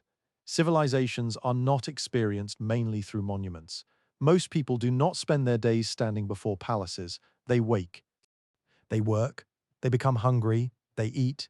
They speak to family members. They sleep. Then they do it again. A food that appears within this cycle every day acquires a power that rare ceremonial foods never can. Rice becomes the background rhythm of life. A person may remember childhood through the smell of it cooking. A traveler may recognize home in a familiar texture. A family scattered across different places may continue preparing rice in a way learned from parents and grandparents. The recipe may not be written. It does not need to be. Someone watched, then repeated. The hand learns how much water to add. The eye learns when the grain is ready. The ear recognizes the sound of a pot near the end of cooking. Knowledge settles into the body. This is how cuisine survives. Not only through instructions, but through repetition. The same is true of the meal itself. Rice can sit at the center while other foods change according to season, wealth, geography, and availability. A prosperous household may surround it with many dishes. A poor household may have little more than vegetables, preserved food, or broth. During hardship, rice may be stretched into thinner preparations so that a small quantity feeds more mouths. The grain becomes a measure of circumstance. A full bowl can mean comfort. An empty container can mean fear. Because of this, wasting rice can carry emotional weight far beyond the value of a few grains. Older generations who remember hunger may treat leftovers with particular care. Children may be taught not to leave rice uneaten. The lesson is practical. It is also historical. Do not waste what required so much work. Behind the cooked grain lies the field. Behind the field lies water. Behind the water lies labor. The meal quietly remembers all of them. Sharing rice also creates relationships. A guest offered food is being welcomed into the household. Neighbors who eat together turn agricultural abundance into social connection. During harvest celebrations, communal meals allow the success of the field to become the success of the village. People who spent long days working beside one another now sit together. The labor changes into a feast. Stories are told, children move between adults, older people remember other harvests. Perhaps someone compares the grain with the crop from a difficult year long ago. Perhaps another person worries about the next season even while eating from the present one. Human beings are very good at carrying tomorrow's anxiety into today's celebration. Still, the food is there that matters. Rice also accompanies life's larger thresholds: birth, marriage, death, New Year celebrations, religious festivals, visits to ancestors. The exact customs differ enormously across Asia, but the larger pattern is unmistakable. A crop that sustains ordinary life becomes a natural language for extraordinary moments. At a wedding, rice can suggest fertility and abundance. At an ancestral offering, it can connect the living with those who came before. At a seasonal festival, it can represent gratitude for the completed harvest and hope for the next. Food allows memory to become physical. A story about an ancestor can fade. A ritual repeated with the same food can preserve the relationship differently. A child may not understand every prayer spoken at a family ceremony, but the child remembers the smell. Years later, that smell returns, and with it comes a room, a face, a season, a voice that no longer exists. This is how a meal becomes culture. Not through one grand decision, but through thousands of small repetitions. Cook it this way. Serve it at this moment, offer it here. Share it with these people. Save this variety for this festival. Prepare this dish when the family gathers. Teach the children. Repeat. Eventually, nobody remembers who began the custom. That is usually a sign that the custom has become powerful. Rice therefore begins carrying two histories at once. There is the visible history of agriculture, trade, irrigation, taxation, and political power. And there is a quieter history stored inside households: the history of taste. The history of mothers showing daughters, fathers showing sons, grandparents correcting impatient children, neighbors exchanging dishes, communities preparing food for festivals. This history rarely produces famous names, yet it may survive longer than a dynasty. An emperor can disappear from memory while a cooking method remains. A palace can collapse while a harvest festival continues. Borders can move while families keep preparing the same grain in familiar ways. Rice is remarkably good at surviving political change because its deepest territory is not the map, it is the kitchen. The same grain can belong to very different cultures without becoming identical within them. In one place, it is soft and sticky. Elsewhere, the preferred grain is long and fragrant. Some communities pound rice into cakes, others ferment it, some wrap it in leaves, some cook it with coconut. Some turn it into noodles, sweets, porridge, wine, or ceremonial foods. Every adaptation adds another layer of memory. The crop is shared. The cultures are not. That distinction matters. Rice does not create one Asian identity. It becomes a material through which countless communities express their own identities. Climate shapes varieties, religion shapes ritual, trade introduces flavors, local plants become companions in the cooking pot, class influences what can be served beside the grain. History enters the meal from every direction. Even the shape of a bowl can tell a story. So can the place where people sit. So can the order in which dishes appear. The history of food is rarely only about food. It is about who cooks, who eats first, who eats last, who receives the best portion, who serves, who is invited, who is absent. A shared meal can express equality. It can also reveal hierarchy. The sacred grain does not erase the social world around it. It reflects that world. A wealthy table and a poor table may both contain rice, yet the meals surrounding it can be very different. Still, there is something powerful in the common grain. The farmer and the ruler both become hungry. The priest and the boatman both eat. The merchant traveling between ports may encounter unfamiliar languages and customs, then sit before a bowl containing a grain he recognizes immediately. Rice creates familiarity across distance. That familiarity will matter as trade expands. It will matter as people migrate. It will matter as armies move and kingdoms rise. And it will matter enormously in places where rice becomes not only sacred food, but a measure of wealth itself. Before that future arrives, return once more to Bali in the late afternoon. The terraces descend beneath a soft sky. Water moves from field to field. The rice plants bend gently in the wind. Somewhere near the paddies, an offering has been placed with care. It is small compared with the landscape. A little rice, perhaps flowers, perhaps other simple objects arranged according to custom. Nothing about it could feed a village. That is not its purpose. The offering says something the granary cannot say. We know that life depends upon more than possession. We receive, we give thanks, we remember. Farther away, smoke rises from kitchens. The sacred and the ordinary are not separated by much distance. Rice offered to the divine and rice served to a hungry child come from the same fields. One belongs to ritual, the other belongs to supper. Together they reveal what the grain has become. It is food and symbol, labor and memory, wealth and gift, daily habit and sacred presence. A crop first valued because it could survive in storage now survives in another form entirely. It survives inside culture. And culture can carry a grain farther than any river.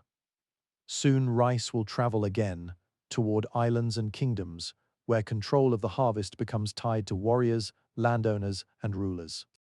In Japan, the connection between rice and power will become so direct that wealth itself can be spoken of through the amount of grain a domain is expected to produce.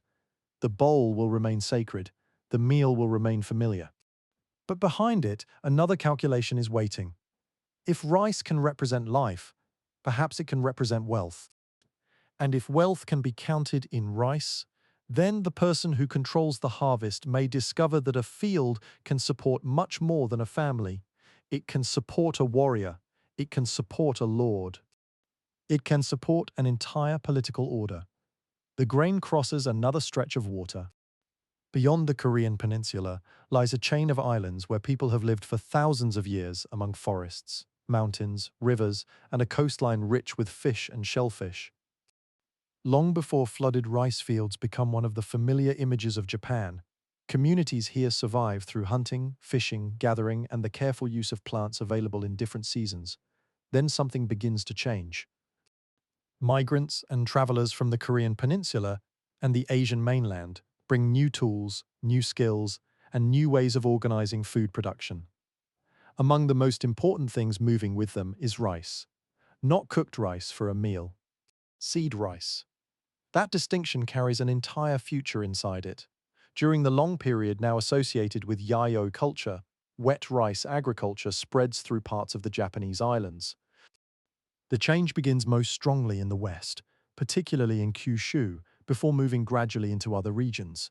It does not happen everywhere at once, nor does everyone immediately abandon older ways of finding food. Fishing remains important. Forests remain useful. Hunting continues. Coastal communities still depend upon the sea. Human societies rarely replace one way of life overnight simply because another has appeared. But rice introduces a different rhythm. The field waits in one place. The irrigation ditch waits in one place. The stored harvest waits in one place. And people who invest months of labor into those things acquire powerful reasons to remain near them. Soon the landscape begins to carry the signs. Low ground near rivers is cleared, small paddies are shaped. Earthen banks hold water, channels guide it, villages gather near cultivable land. The Japanese climate presents both opportunities and problems. Rain can be abundant, but mountains dominate much of the country, leaving limited areas of broad flat land. Rivers descend quickly from high ground. Flooding can be sudden. Good agricultural soil becomes precious. Rice, therefore, does something important before the first bowl is even cooked. It makes certain land more valuable than other land. A forest can be used by many people in many ways. A carefully prepared paddy is different. Someone cleared it, someone leveled it, someone built its banks, someone directed water toward it, someone planted it. The labor invested in the field encourages a new question. Whose field is this? Ownership may begin with use rather than with documents. A family works a particular plot. Neighbors recognize the connection. Boundaries become familiar. Paths, ridges, streams, and embankments separate one cultivated area from another. But once land produces a dependable harvest, controlling land means controlling food, and controlling food means controlling people. The village grows. A successful rice landscape can feed more people than many older subsistence systems could support in the same area. More children survive, more houses appear, more labor becomes available to expand the paddies. The cycle that began beside the Yangtze begins again on Japanese soil. More fields support more people create more fields. But larger communities bring larger differences. Some households control better land, some possess more tools, some have more relatives available for labor, some sit closer to reliable water. A family with a large harvest can store grain through a difficult season. Another may need help. The difference between them can survive beyond a single year. And once wealth can accumulate, rank becomes easier to preserve. Archaeological traces from Yayoi communities reveal a world becoming increasingly divided. Settlements grow more complex. Defensive features appear in some places. Burials can differ in ways that suggest differences in status. The rice field has not created every form of hierarchy by itself, but it gives hierarchy something solid to rest upon. Land can be controlled. Harvests can be stored. Surplus can be collected. Labor can be demanded. The person with influence over all of these things does not need to hunt every day. That person can spend time organizing others or fighting them. Competition over land and water becomes increasingly important because rice fields cannot simply be moved when neighbors disagree. Once generations have built paddies and channels, abandoning them means abandoning accumulated labor, so people defend them. The peaceful field contains the possibility of conflict. That contrast will remain throughout Japanese history. Rice paddies can appear almost impossibly calm. Water reflects the sky. Young plants stand in ordered rows, mountains rise beyond them. Yet, the harvest represents wealth, and wealth attracts power. Over centuries, political authority in Japan grows far beyond the early village. Courts emerge, great landholdings develop, powerful families compete, religious institutions control estates, warriors rise in importance. Through all these changes, rice remains beneath the structure. The names of rulers change. The field still needs planting. The banners of armies change. The field still needs water. A warrior can seize an estate, but unless someone tends the paddies, the victory produces very little to eat. This is the quiet truth beneath military history. Conquest must eventually become administration, and administration eventually reaches the farmer. Let us move forward through the centuries, beyond the early Yayoi paddies, and into the world remembered for castles, armored warriors, powerful lords, and the long shadow of the samurai. The image is familiar. A warrior stands beneath a castle wall. Two swords hang at his side. Armor has been carefully tied and fitted. Banners move in the wind, horses stamp in the road, retainers wait for commands. It looks like a world built from steel. It is not. It is built from rice. By the feudal centuries, agricultural production has become deeply tied to political power. Lords require resources to support retainers, maintain residences, build fortifications, travel, conduct administration, and prepare for war. A sword may symbolize status. A rice harvest pays for the world in which that status exists. This connection becomes especially clear through the koku. A koku is a measure associated with an amount of rice traditionally understood as sufficient to feed one person for roughly a year. The exact realities of consumption and measurement could vary, but the political meaning is what matters here. Land can be valued through its expected rice production. A domain is therefore not important merely because it covers a large area. What matters is what that land can produce. Mountains may be impressive on a map. A fertile plain full of paddies is more useful to a lord trying to support retainers. So assessments of productive capacity become central to the political order. A lord associated with a large yield possesses greater resources. More rice can support more people. More people can support more administration. More wealth can support more warriors. Suddenly, the relationship between mud and military power becomes very direct. Imagine a samurai receiving his livelihood. The rice he depends upon may have been grown in villages he rarely visits. Farmers prepare the soil, repair banks, guide water, transplant seedlings, remove weeds, watch the weather, harvest the grain, dry it, thresh it, and surrender a portion through the tax system. Only after all of that does the warrior's stipend become possible. The samurai may carry the sword. The farmer carries the economy. This is not the version of feudal Japan that usually survives in dramatic paintings. Mud is less glamorous than armor. Tax records are less exciting than duels. A granary makes a poor, heroic backdrop. But if the granary's empty, the heroic world begins to collapse surprisingly quickly. Rice taxation therefore becomes one of the central relationships between rulers and rural communities. The government needs enough grain to function. The peasant household needs enough grain to survive.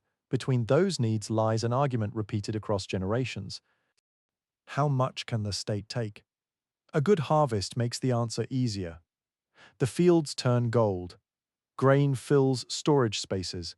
The tax burden may still be painful, but the household has something from which to surrender a share.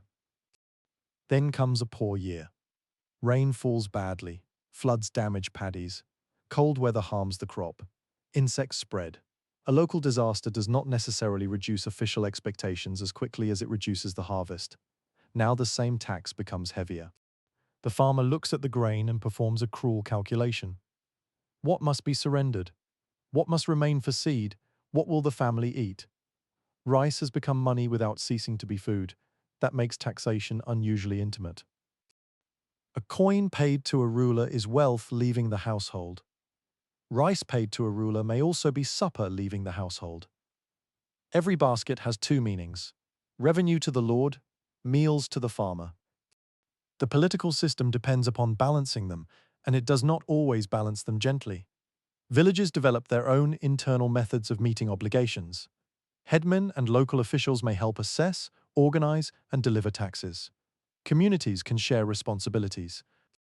Records become important because rulers need to know what land is expected to produce. Fields are measured. Productivity is estimated. Villages become units within a larger fiscal landscape. The paddy is no longer merely a place where a family works. It is an entry in the political imagination. This field belongs within this village. This village owes this amount. This domain is worth this many koku. The landscape becomes arithmetic, yet nature remains stubbornly uninterested in arithmetic. A record may say what a field should produce. Rain decides what it actually produces. This gap between expected wealth and real harvest can become dangerous. A lord may appear rich because his domain has a high assessed yield. But grain still must be collected, transported, stirred, protected from damp, fire, pests, and theft. Once again, power depends upon administration. Rice moves from rural villages toward castle towns and warehouses. Merchants become involved in handling and selling it. Over time, the relationship between rice and money grows more complicated. Samurai stipends tied to rice can enter markets where grain is exchanged for currency needed to purchase other goods. Now, another quiet figure enters the story: the merchant. A warrior may possess social prestige. A merchant who understands the grain market may possess something equally useful: cash. The irony deepens. A social order that formally honors warriors and farmers can become increasingly dependent upon merchants who convert rice wealth into spendable money. A samurai may be wealthy on paper and short of cash in practice. His stipend is tied to rice. His expenses are not always paid in rice. He needs clothing, repairs, travel, servants, household goods, ceremonial obligations. Perhaps tastes become more expensive than his income comfortably allows. Debt appears. The warrior who seems powerful from outside can owe money to a merchant who stands below him in formal status. Rice has created another reversal.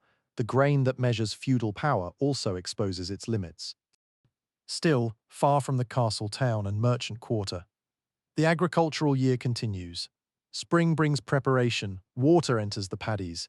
Seedlings are raised and transplanted. Farmers bend over flooded fields in lines. Summer brings heat, insects, weeds, storms, and constant attention. Autumn brings the harvest, winter brings repair, calculation, and worry about what remains. The samurai calendar of ceremonies and obligations rests upon this older agricultural calendar.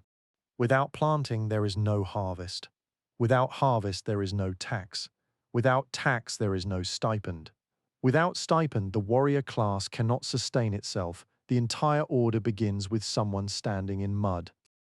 This is worth remembering when looking at a Japanese castle. Stone foundations rise enormously above the ground. Timber structures dominate the skyline. Walls curve upward.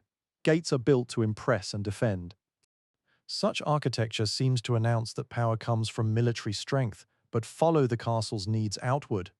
The guards must eat, the officials must eat, the lord's household must eat, the craftsmen working nearby must eat, the servants must eat. The horses need fodder, the town needs supplies. Soon the trail leaves the stone walls and reaches the countryside. There are the paddies. There is the real foundation.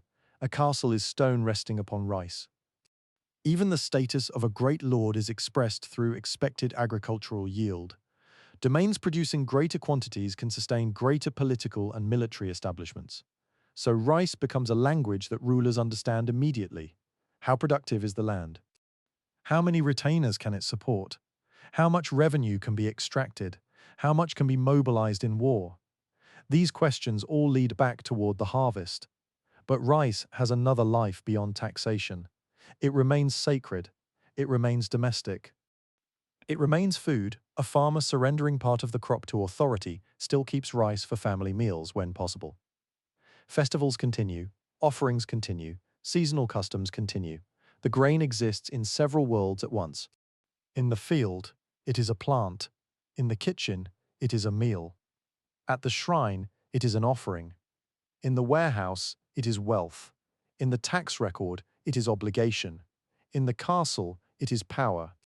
Few substances move so easily between the intimate and the political. That may explain why rice becomes so deeply embedded in Japanese culture.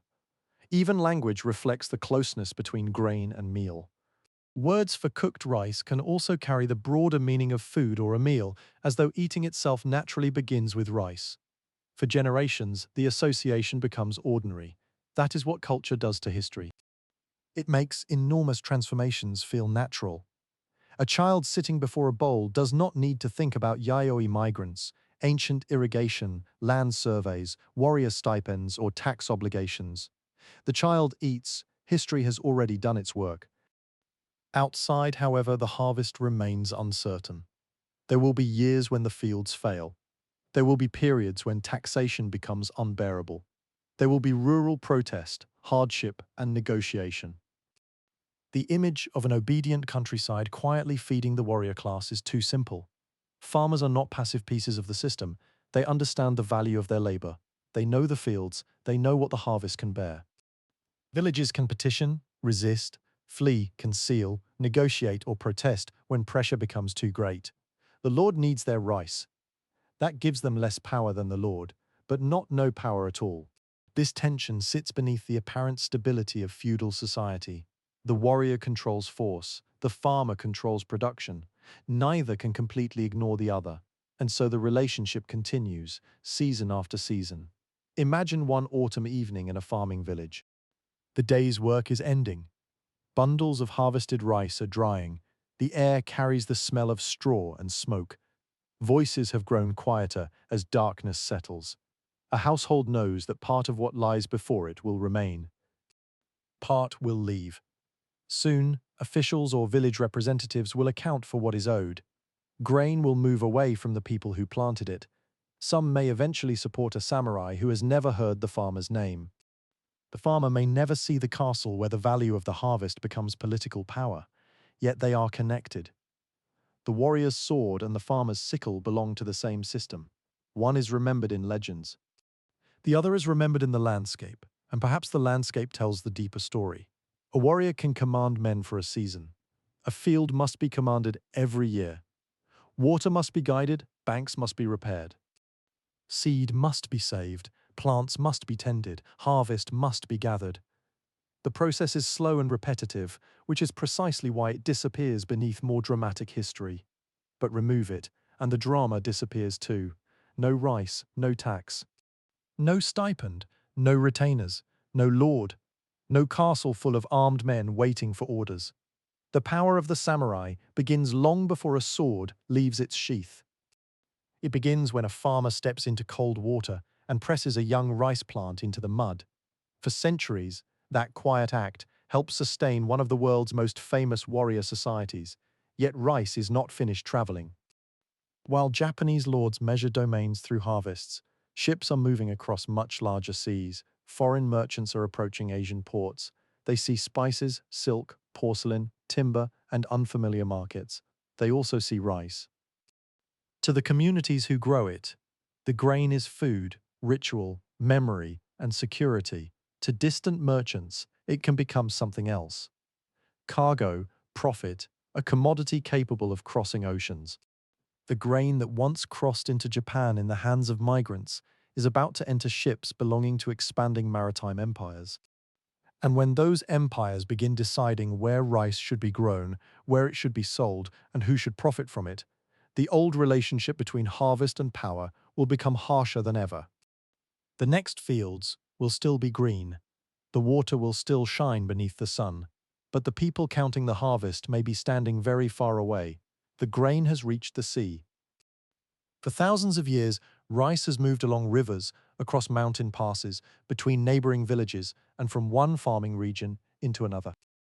It has traveled with migrants carrying seed, with merchants moving between ports, and with families searching for land where familiar crops might grow. But now the ships are becoming larger, and the people arriving on them are interested in more than supper. Long before European vessels appear in Asian waters, the Indian Ocean is already crowded with trade. Arab merchants sail with the monsoon winds. Indian traders cross between ports. Chinese ships move through the South China Sea. Malay, Javanese, Gujarati, Persian, and many other trading communities connect a maritime world stretching from East Africa to Southeast Asia.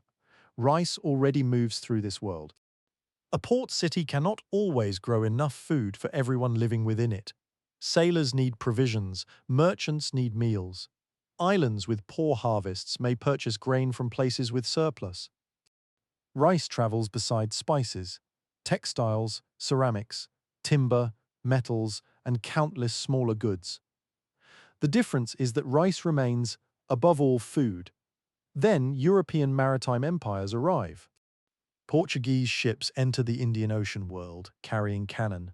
Merchants, priests, soldiers, silver, and a powerful desire to control profitable trade.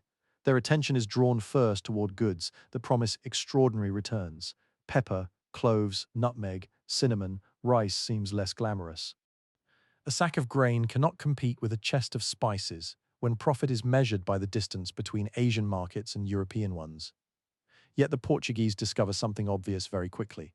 Spice merchants still need to eat. Sailors need to eat. Soldiers guarding forts need to eat. Enslaved people need to eat. Dock workers need to eat. A trading empire cannot survive on pepper. So rice becomes part of the machinery that keeps maritime commerce alive. At busy ports, grain arrives in boats and leaves in others.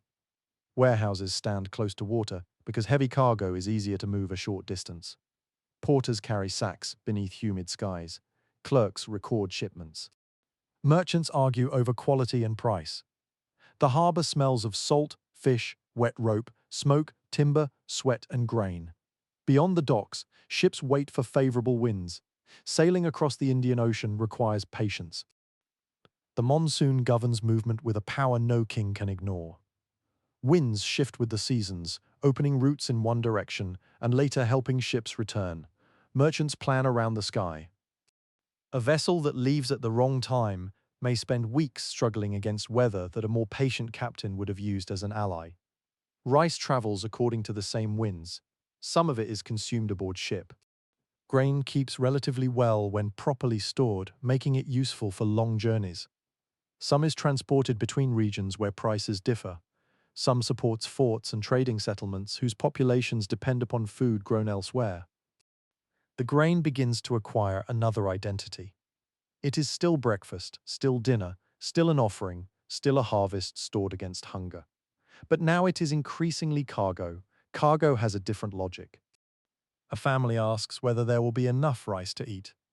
A merchant asks where rice can be bought cheaply and sold dearly. An empire asks whether the flow can be controlled. That final question changes everything. The Dutch follow the Portuguese into the maritime world of Southeast Asia and build a commercial empire with an intense interest in controlling trade. Their attention remains famously fixed on spices in many regions, but every commercial center they dominate depends upon food. Batavia grows into a major colonial port on Java. Ships arrive and depart. Warehouses fill. Markets expand. People from different parts of Asia and beyond gather within the same colonial city, and every one of them must eat. Rice moves toward the places where commerce concentrates people. The connection between grain and empire grows stronger because colonial power can influence not merely where food is sold, but how land and labor are used. That is a far more serious kind of control. A merchant buys what farmers choose to sell. A colonial government can attempt to decide what farmers should grow. Once that happens, the paddy is no longer connected only to the needs of the household and village. It becomes connected to distant markets. Prices in cities matter, shipping routes matter, tax demands matter, foreign wars matter. A farmer standing in mud can be affected by decisions made in offices across the sea. The distance between power and labor grows. The British eventually become another major force in this world. Their empire expands across India and later into Burma, where enormous areas of fertile delta land will be tied to commercial rice production. Again, the transformation is not simply that Europeans introduced trade to places that previously had none. Asian societies have traded rice and other goods for centuries. The deeper change lies in scale, coercive power, infrastructure, taxation, and the increasing ability of colonial states to reorganize production around imperial markets. A road is built, a port expands, a river channel is improved, a railway appears. Such projects can look like simple signs of development, but infrastructure always raises a useful question. What is it designed to move? In many colonial economies, the answer is commodities. Rice leaves the countryside more efficiently. That can bring opportunities to some farmers and merchants. It can also make local food systems more tightly connected to distant demand. The grain that once stayed near the village can now disappear over the horizon. Let us follow it into Burma. The great Irrawaddy Delta spreads through a low, wet landscape before reaching the sea. It is a place where water and soil create remarkable conditions for rice. Under British rule, especially as colonial control expands, the delta becomes one of the great rice-exporting regions of the world. Land is cleared, cultivation spreads, new settlements appear, commercial networks grow. Rice moves toward Rangoon and other shipping points before continuing overseas. From a distance, the numbers would have looked impressive. More land under cultivation, more grain exported, more ships loaded, more trade. But the view from the field is more complicated. Expansion requires labor and capital. Farmers may borrow money to clear land, purchase animals, obtain tools, or survive until harvest. Debt can become dangerous when crops fail or prices fall. The rice is valuable. That does not mean the farmer is secure. A household can produce grain for international markets while remaining only one bad season away from losing land. This is one of the central contradictions of export agriculture. A region can become famous for abundance, while individual growers live close to hunger. The grain passes through many hands: farmer, moneylender, trader, miller, transporter, exporter, shipping company, merchant. At every stage, someone takes a share of its value. By the time rice reaches a distant consumer, the person who planted it may receive only a small portion of what the final trade was worth. Yet the farmer carries much of the agricultural risk. The rain falls on his field. The flood crosses his boundary. The insects eat his crop. The debt remains his. The ship waiting at the port does not care. It needs cargo. Farther west lies Bengal, another landscape where rice is woven deeply into everyday life.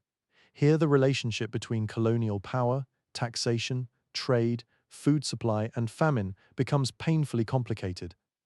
Bengal possesses fertile land and long traditions of rice cultivation. But abundance in a normal year does not guarantee protection in a disastrous one. Food security depends upon more than the existence of crops. It depends upon access, prices, transport, taxation, markets, political decisions. The ability of poor households to purchase food when their own supplies disappear. A warehouse can contain grain while people nearby are hungry. A ship can carry food away from a region where someone cannot afford a bowl.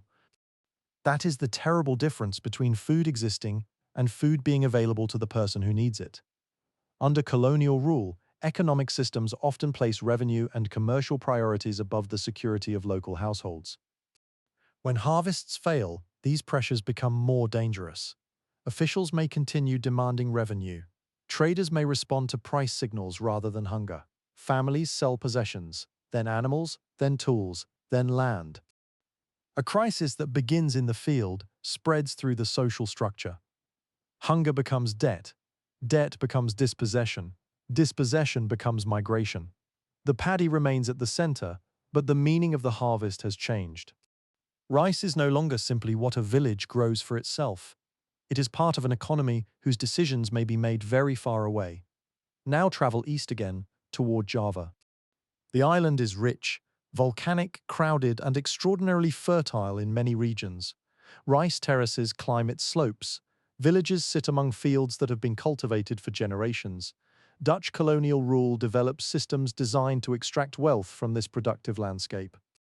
Some of the most notorious policies compel communities to devote land and labor toward crops demanded by the colonial economy. Coffee, sugar, indigo, and other export goods can compete with local food production for land and human effort. Even when rice itself is not the commodity being demanded, rice households feel the pressure. A farmer has only so many days, a family has only so much land, a village has only so much labor. If those resources are redirected toward export production, something else receives less attention. The colonial economy measures success through revenue. The household measures success through survival. Those measurements are not always compatible, and yet life continues with remarkable persistence. People plant. Children carry food to adults working in the fields. Water moves through old channels. Village customs survive beneath layers of foreign administration. Rice remains part of ceremonies and family meals, even while the economy surrounding it is transformed. This is important. Colonialism does not erase local culture simply by issuing regulations. People adapt, they preserve, they negotiate, they resist, they hide grain. They move, they find ways around demands when they can. History from above often looks orderly because officials write orderly reports. History from the village is messier. A regulation enters one end. Human behavior comes out the other. Farther north and east, another colonial empire is taking shape. French power expands across Indochina. In Vietnam, particularly in the Great Southern Delta, rice becomes central to colonial ambitions. The Mekong Delta is warm, wet, and astonishingly productive where water can be managed effectively. Canals are dug and expanded. Land is opened for cultivation. Transport links connect fields more closely to commercial centers and ports.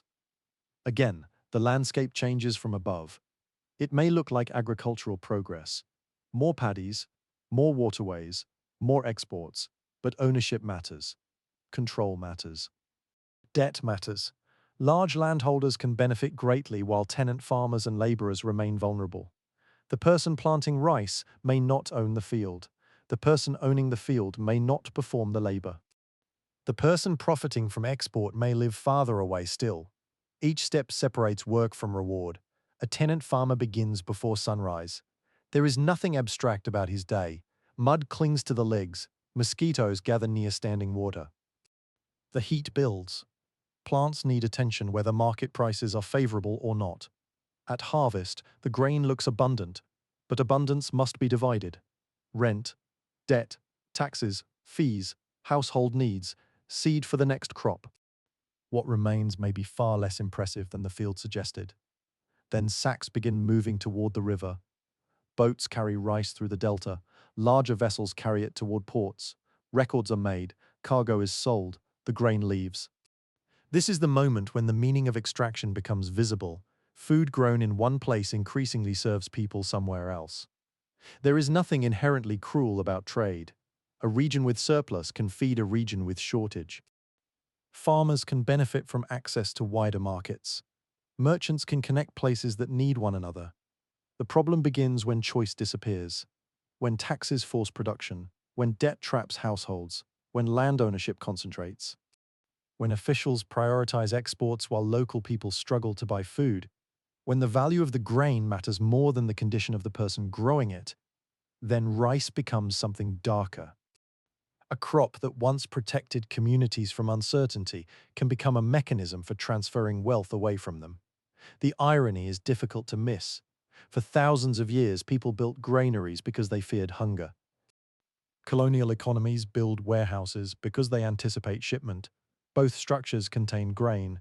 Their purposes can be very different. One says, keep this here because we may need it. The other says, move this because someone will pay for it elsewhere. At a port, those purposes meet. Imagine the evening before a ship departs. The harbour has grown quiet but not silent. Dock workers finish loading. Ropes creak, water taps against wooden hulls, lamps burn near warehouses. Inside the ship is rice. Some may have come from fields hundreds of miles away. The people who planted it are already preparing for another agricultural season. They will repair banks, save seed, borrow money, pay obligations, watch the sky. They may never know exactly where their grain goes. Perhaps it feeds workers in another colony. Perhaps it enters an urban market. Perhaps it provisions sailors. Perhaps it crosses an ocean. The destination matters less than the separation. Producer and consumer have become strangers. This has happened before. Chinese farmers fed distant capitals. Japanese farmers supported samurai they never met. But colonial trade stretches the chain across seas and places important parts of it under foreign political control. Now a decision in London, Amsterdam, Paris, Calcutta, Rangoon, Batavia or Saigon can ripple outward until it reaches a village field. A price changes, a tax changes, a shipping route changes, a war begins, a market collapses. And someone in a paddy feels the result. The grain has entered the global economy. It will never completely leave it again. Yet rice still carries older meanings beneath the new ones.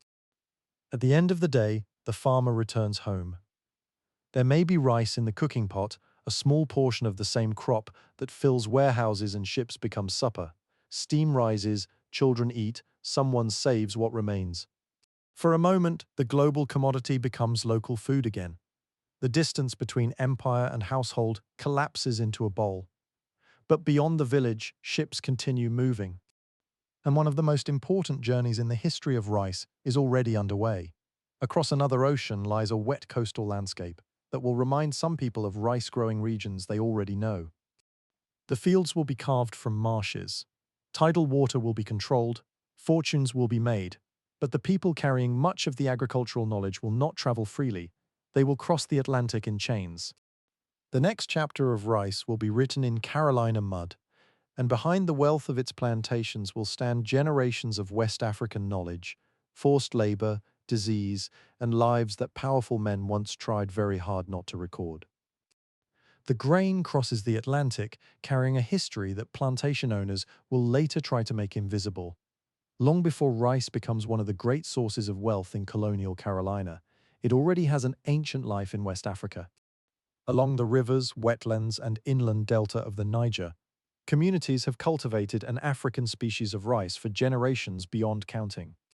Farther west, across the rice-growing regions of Senegambia, Sierra Leone, and the Upper Guinea coast, farmers know how to work with landscapes where land and water meet. They know that a flooded field is not simply wet ground. It is a system. Water must enter at the right moment. It must remain at the right depth. It must leave when the crop requires it. Banks must hold. Channels must remain open. Seed must be selected. Grain must be harvested without losing too much of it. Then comes the work after harvest. Threshing separates grain from the plant. Winnowing uses movement and air to separate useful grain from lighter husks and debris. A basket, tray, or other familiar tool becomes part of a practiced rhythm. Grain rises, chaff drifts, the heavier rice falls back. To someone who has done this for years, the movements can become almost automatic. To someone who has never grown rice, they are knowledge. That difference will matter enormously. European traders and colonists do not enter West Africa and discover people waiting to be taught agriculture. They encounter societies with their own crops, methods, technologies, trade networks, and deep knowledge of local environments. Then the Atlantic slave trade tears millions of people from those worlds. Among the captives forced aboard ships are people from rice-growing regions. Some know flooded agriculture. Some know how to prepare seed. Some understand embankments. Some know how to thresh and winnow. Some have spent much of their lives learning how water behaves. They do not choose to carry this knowledge across the ocean. They carry it because knowledge travels inside people, even when everything else has been taken from them. The Atlantic crossing is brutal. Families are separated. Names disappear from colonial records. Languages, memories, skills, songs, religious practices, and agricultural knowledge are forced into new surroundings under conditions of violence and captivity. When survivors arrive in the English colonies of North America, some are sent toward a coastal region of marshes, rivers, tidal creeks, heat, insects, and wet soil. The Carolina Lowcountry, to European eyes, parts of this landscape seem difficult. To people familiar with rice-growing wetlands, it may look disturbingly recognizable. The coast is low, rivers move with the tides, marshes stretch toward the horizon, summer air becomes heavy with heat and moisture. Mosquitoes rise from standing water. And here colonial planters begin searching for crops that can make them rich. Rice becomes one of the answers. Exactly how every part of early Carolina rice cultivation developed is complicated, and no single person can be credited with creating the system. But one fact is impossible to ignore. West African agricultural knowledge became deeply important to the rice economy that emerged there. Enslaved Africans were not merely bodies supplying labor, they carried expertise. That expertise had value even when the society exploiting it refused to recognize its owners as free human beings. The contradiction sits at the center of the story. Planters claimed authority, enslaved workers often understood essential parts of the work. A plantation owner could own land on paper. Paper could not teach him how water moved through a field, so knowledge entered the Carolina marshes under coercion. At first, rice cultivation developed through different methods.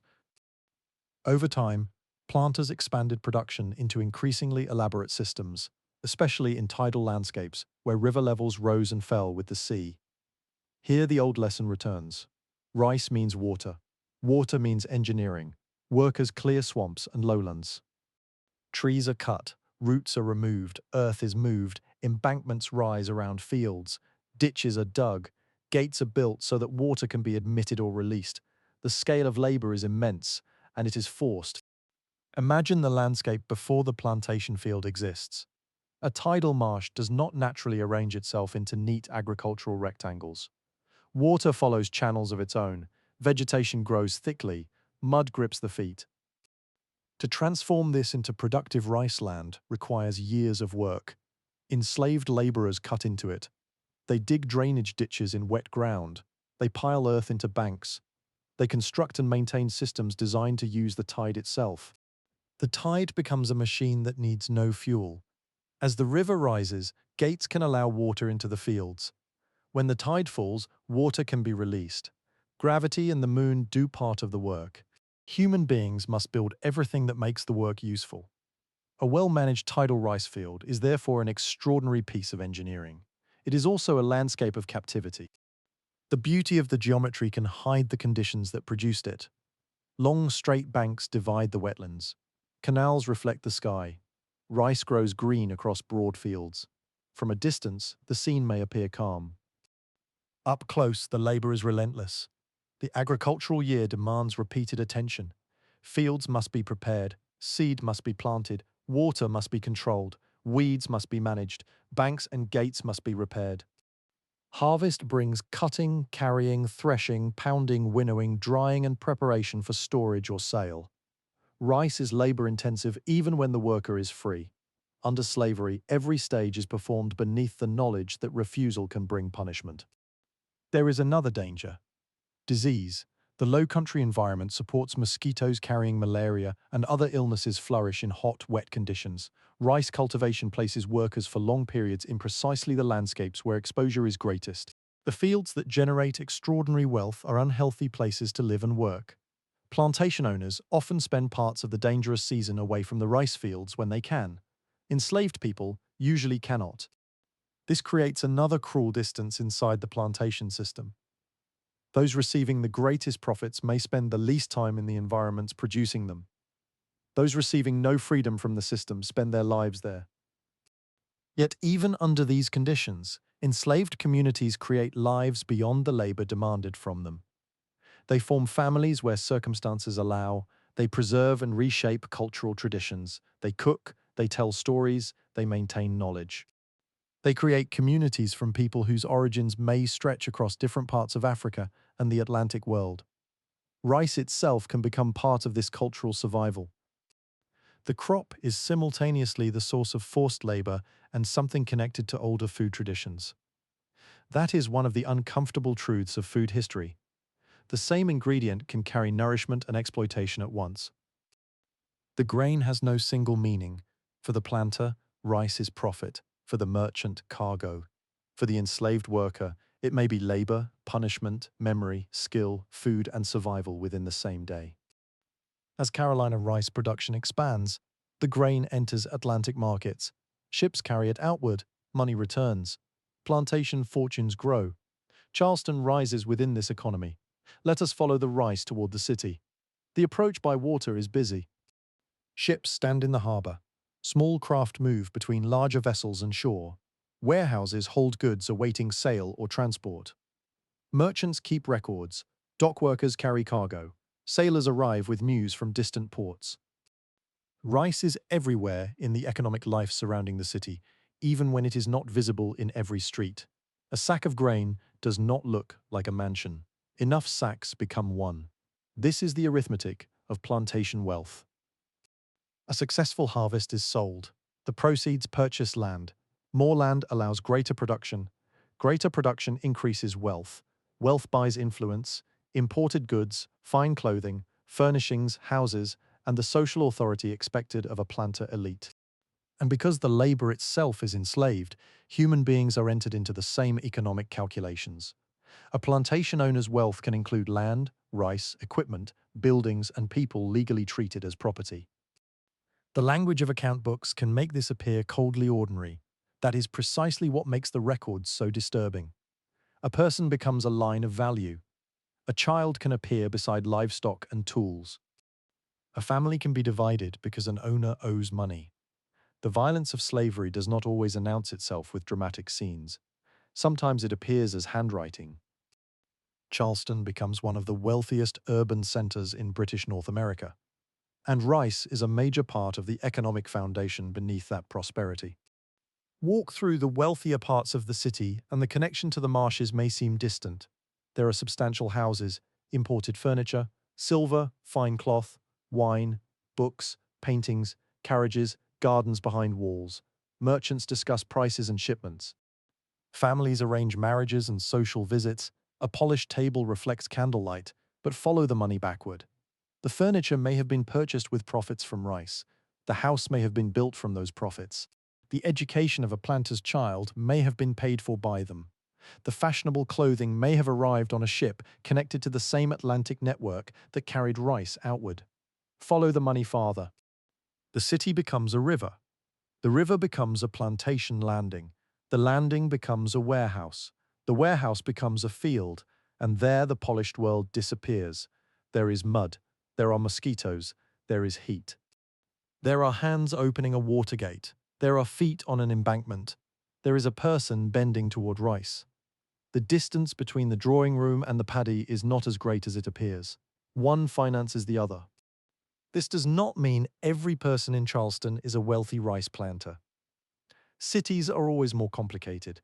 Craftspeople, sailors, laborers, merchants, free and enslaved people, immigrants, children, servants, and many others occupy the same urban world.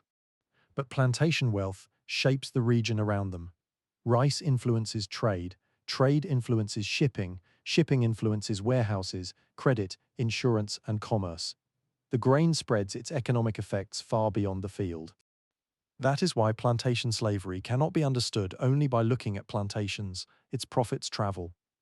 A merchant who never owns a rice field may still benefit from rice shipments. A shipbuilder may build vessels used in the trade. A lender may finance a planter. An insurer may protect cargo. A retailer may sell imported luxuries purchased with agricultural profits. The field sits at the beginning of a long chain. At the beginning of the field stands labor. And much of that labor belongs to people who are denied ownership of themselves. The plantation system develops ways of organizing work around the demands of rice.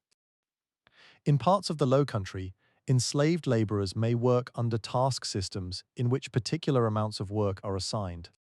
Completing a task can sometimes leave a portion of the day for tending personal gardens, fishing, making goods, caring for family, or other activities. It would be wrong to mistake this for freedom. The plantation owner still controls the fundamental conditions of life, but enslaved people use whatever spaces exist within that system to create greater independence where they can.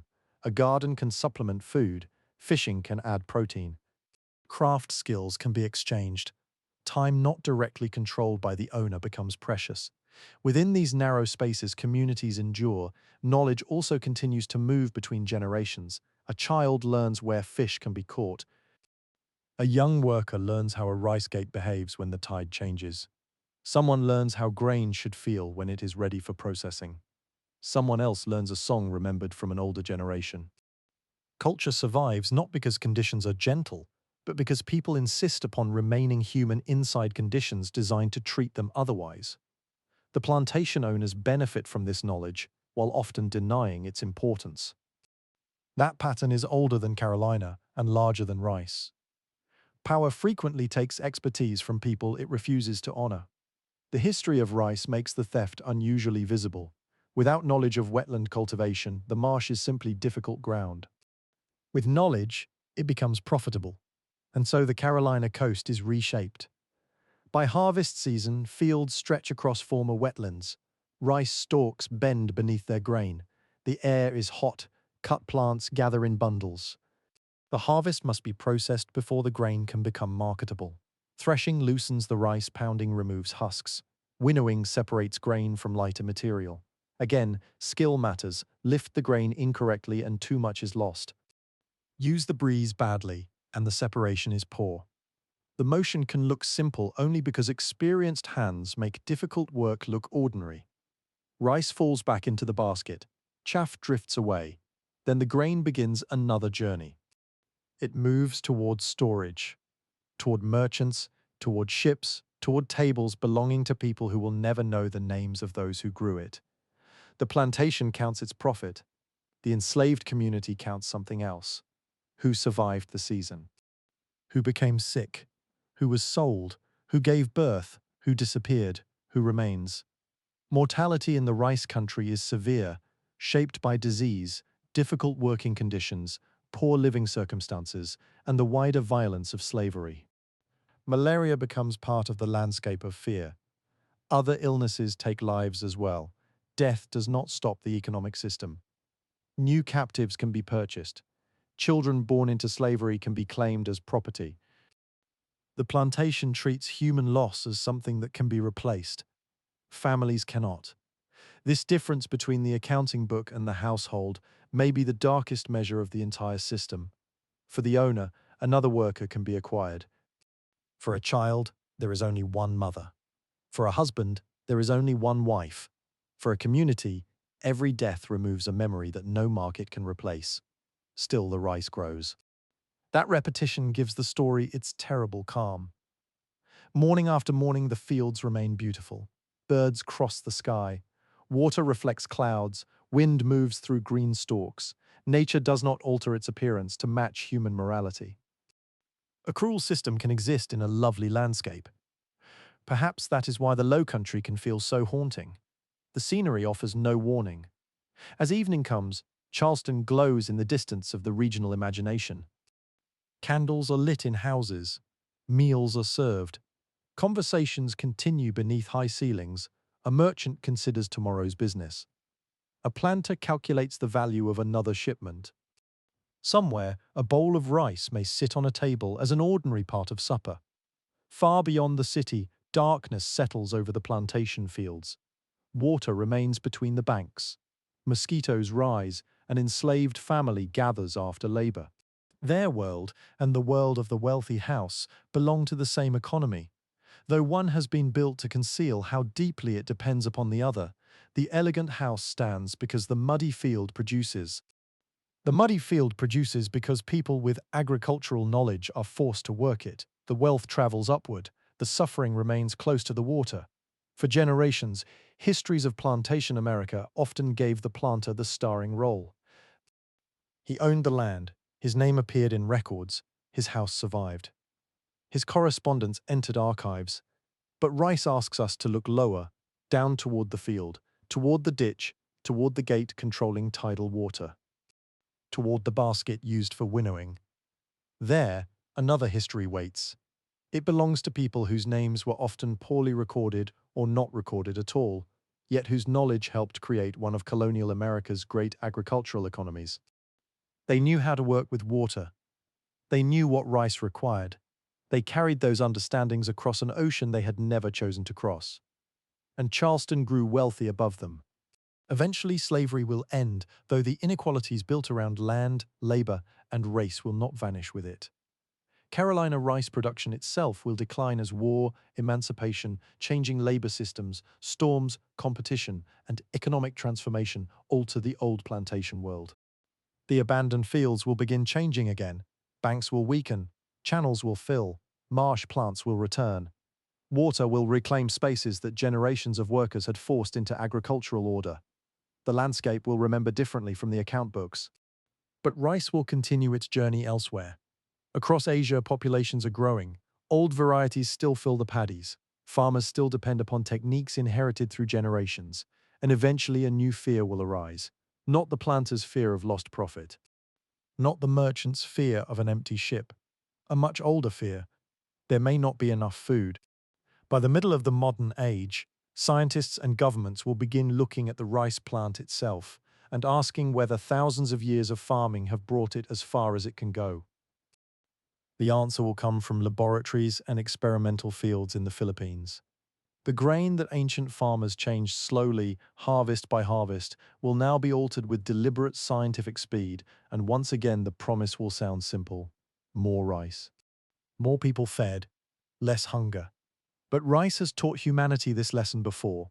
Whenever the harvest becomes more powerful, the consequences rarely remain simple. The old rice is still growing.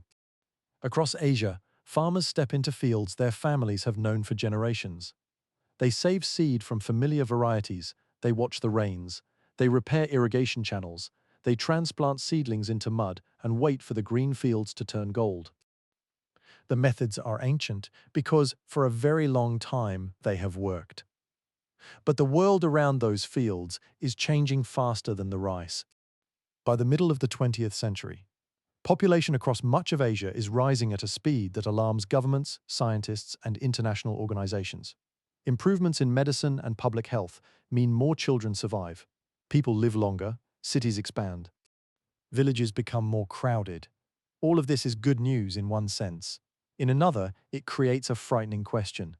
What will everyone eat? The question is especially urgent in places where rice provides much of the daily food. A small change in the rice harvest can affect millions of people. A large failure can become a national emergency. The arithmetic appears unforgiving. There is only so much good farmland. There is only so much water. Families can clear new fields, but expansion has limits. Forests, mountains, cities, and dry regions cannot simply become productive paddies without cost. So if the land cannot expand forever, the harvest from each piece of land must somehow become larger. That sounds simple. Farmers have been trying to improve harvests for thousands of years. They select good seed, they manage water carefully, they add manure and other nutrients, they adjust planting times. They choose varieties suited to local soil and weather. Traditional rice is not primitive rice. Many old varieties are the result of generations of careful human selection. Some taste wonderful, some tolerate floods, some survive drought. Some grow in deep water. Some resist particular pests. Some carry aromas that people recognize as soon as the cooking pot is opened. But many traditional varieties share a problem when farmers try to push them toward much higher yields. They grow tall. A tall rice plant can be useful in some environments. It may compete well with weeds. In deeper water, height can help the leaves remain above the surface, but gives certain tall varieties large amounts of fertilizer, and something frustrating happens. The plant grows enthusiastically, too enthusiastically. The stalk becomes taller and heavier. The upper part fills with grain. Then wind or rain arrives. The plant falls over. A field that looked magnificent can become a flattened tangle. Farmers know the sight. Bent stalks, grain lying close to wet soil. A harvest that promised abundance suddenly becomes difficult to collect and vulnerable to loss. Agricultural scientists call this lodging to a farmer. It is simply bad news. The problem becomes increasingly important as governments search for ways to produce more rice from the same fields. Fertilizer can help a plant grow, but if the plant responds by becoming too tall to support itself, much of the potential gain is lost. Somewhere inside the enormous diversity of rice, scientists begin to suspect there may be a better combination. A plant short enough to remain standing, strong enough to carry a heavy head of grain, responsive enough to turn fertilizer into harvest rather than useless height. Finding it will require a different kind of rice farming, not the patient selection of one village across many generations, a deliberate breeding program. And that brings the story to Los Baños in the Philippines. The setting seems almost too peaceful for the size of the problem. Los Baños lies near Laguna de Bay, with the volcanic slopes of Mount Makiling rising nearby. The climate is warm and humid. Rain can fall heavily. Green vegetation seems to press in from every direction.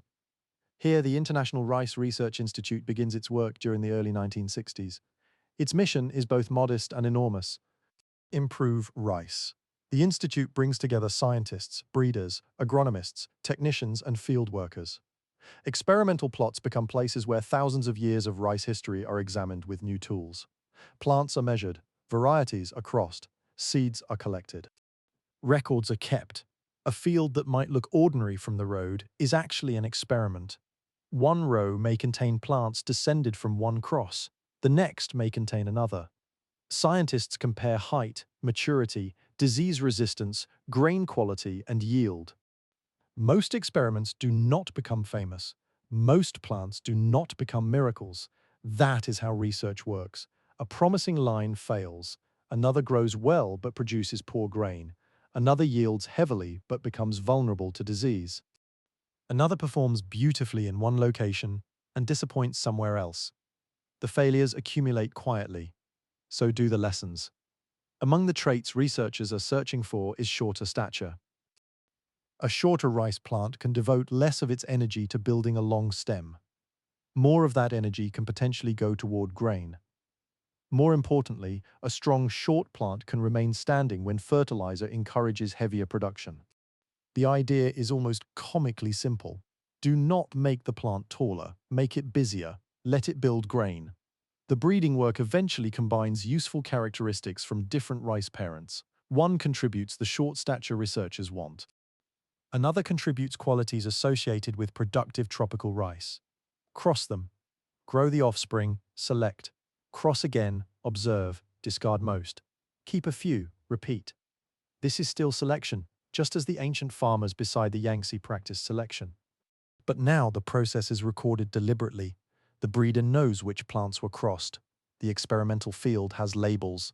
The results can be compared. The ancient farmer asked which seed should be saved. The modern breeder asks the same question with notebooks, controlled crosses, and a much larger collection of genetic possibilities. Then one line begins to stand out. It will become known as IR8. The name is not poetic. That almost makes the story better. A plant that will be called Miracle Rice enters history with a name that sounds like something written on a laboratory drawer, and it does not look heroic. It is short, stocky, rather plain. Beside taller traditional rice, it can even appear unimpressive. But the important part is what happens when it is fed. Traditional tall varieties often respond to heavy fertilizer by producing too much stem and eventually falling. IR8 responds differently. Its short, stiff structure remains standing more reliably. The extra nutrients help produce more grain. The plant converts agricultural inputs into something governments desperately want: calories.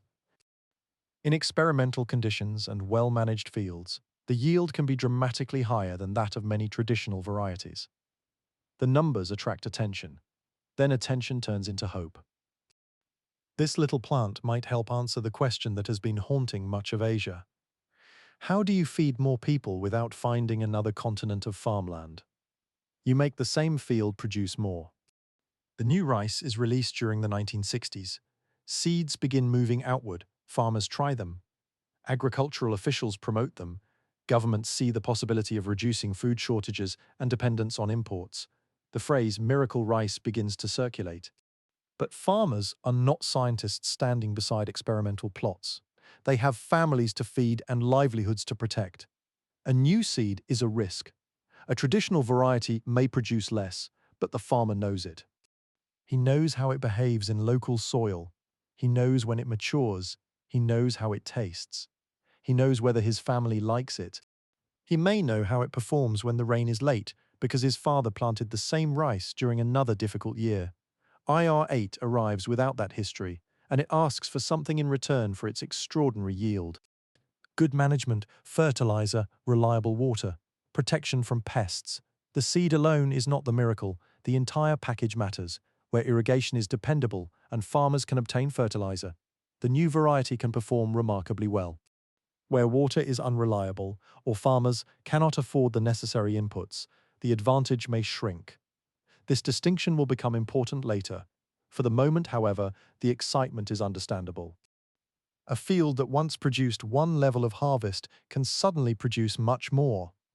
Imagine the farmer standing beside the crop near harvest. The plants are shorter than the rice he remembers from childhood, but the heads are heavy, very heavy. He cuts them, the grain accumulates, the family fills containers. There's enough for household needs, enough for seed, perhaps enough left over to sell. That surplus can pay a debt, buy clothing, repair a roof. Send a child to school, purchase another tool for a family living close to the edge of food security. Higher yield is not an abstract agricultural statistic, it changes the feeling of the year. The granary looks fuller. The difficult months seem slightly less threatening. This is why the new varieties spread, not because farmers suddenly become fascinated by plant genetics, because a full storage space is persuasive, yet the first miracle rice has flaws. One of the most personal is taste. People do not eat yield statistics, they eat food, and rice cultures are extraordinarily particular about rice. Texture matters, aroma matters, the way grain behaves after cooking matters, the way it accompanies familiar dishes matters. A variety can be scientifically impressive and still disappoint at dinner. Many farmers and consumers do not consider IR8 equal to beloved traditional varieties in eating quality. The grain can seem coarse or less appealing. The aroma may not match what people expect. A family that has eaten a particular kind of rice for generations does not automatically celebrate being given more of a rice it likes less. This creates a wonderfully human problem for agricultural science. The scientists have bred for yield. The dinner table has other standards, so breeding continues. Researchers work to combine high productivity with better grain quality, improve disease resistance, and characteristics farmers actually want. New varieties follow. The miracle is not one plant, it becomes a process. Across countries such as the Philippines, India, Indonesia, and eventually many other parts of Asia, improved rice varieties become part of a much broader agricultural transformation. Irrigation expands, fertilizer use increases, governments distribute seed. Agricultural extension workers carry advice into villages. Credit systems help some farmers purchase inputs. Researchers continue breeding. The transformation becomes known as the Green Revolution. The name sounds gentle, the effects are enormous. In India, fears of severe food shortage have become especially intense during the 1960s. The country has faced drought, population growth, and heavy dependence on imported grain. Rice is only part of the larger food problem, and improved wheat varieties also play a major role in the changes that follow. But new rice varieties contribute to a striking increase in Asian food production. Fields become more productive. Harvests rise. Countries once expected to face chronic shortages move closer to feeding themselves. The catastrophe predicted by some observers does not unfold in the way they feared. Millions upon millions of people eat because farmers produce more food from land that already existed. There is something deeply moving about the scale of that achievement. The scientists receive attention. Governments claim success. Institutions publish results. But the Green Revolution still depends upon the same figure who has stood at the center of this story from the beginning: the farmer. A seed can be developed in a research station. It does nothing until someone puts it into soil. A government can build an irrigation canal. It produces nothing until someone manages the field. A bag of fertilizer can sit in a warehouse forever. The harvest comes only when labor meets land.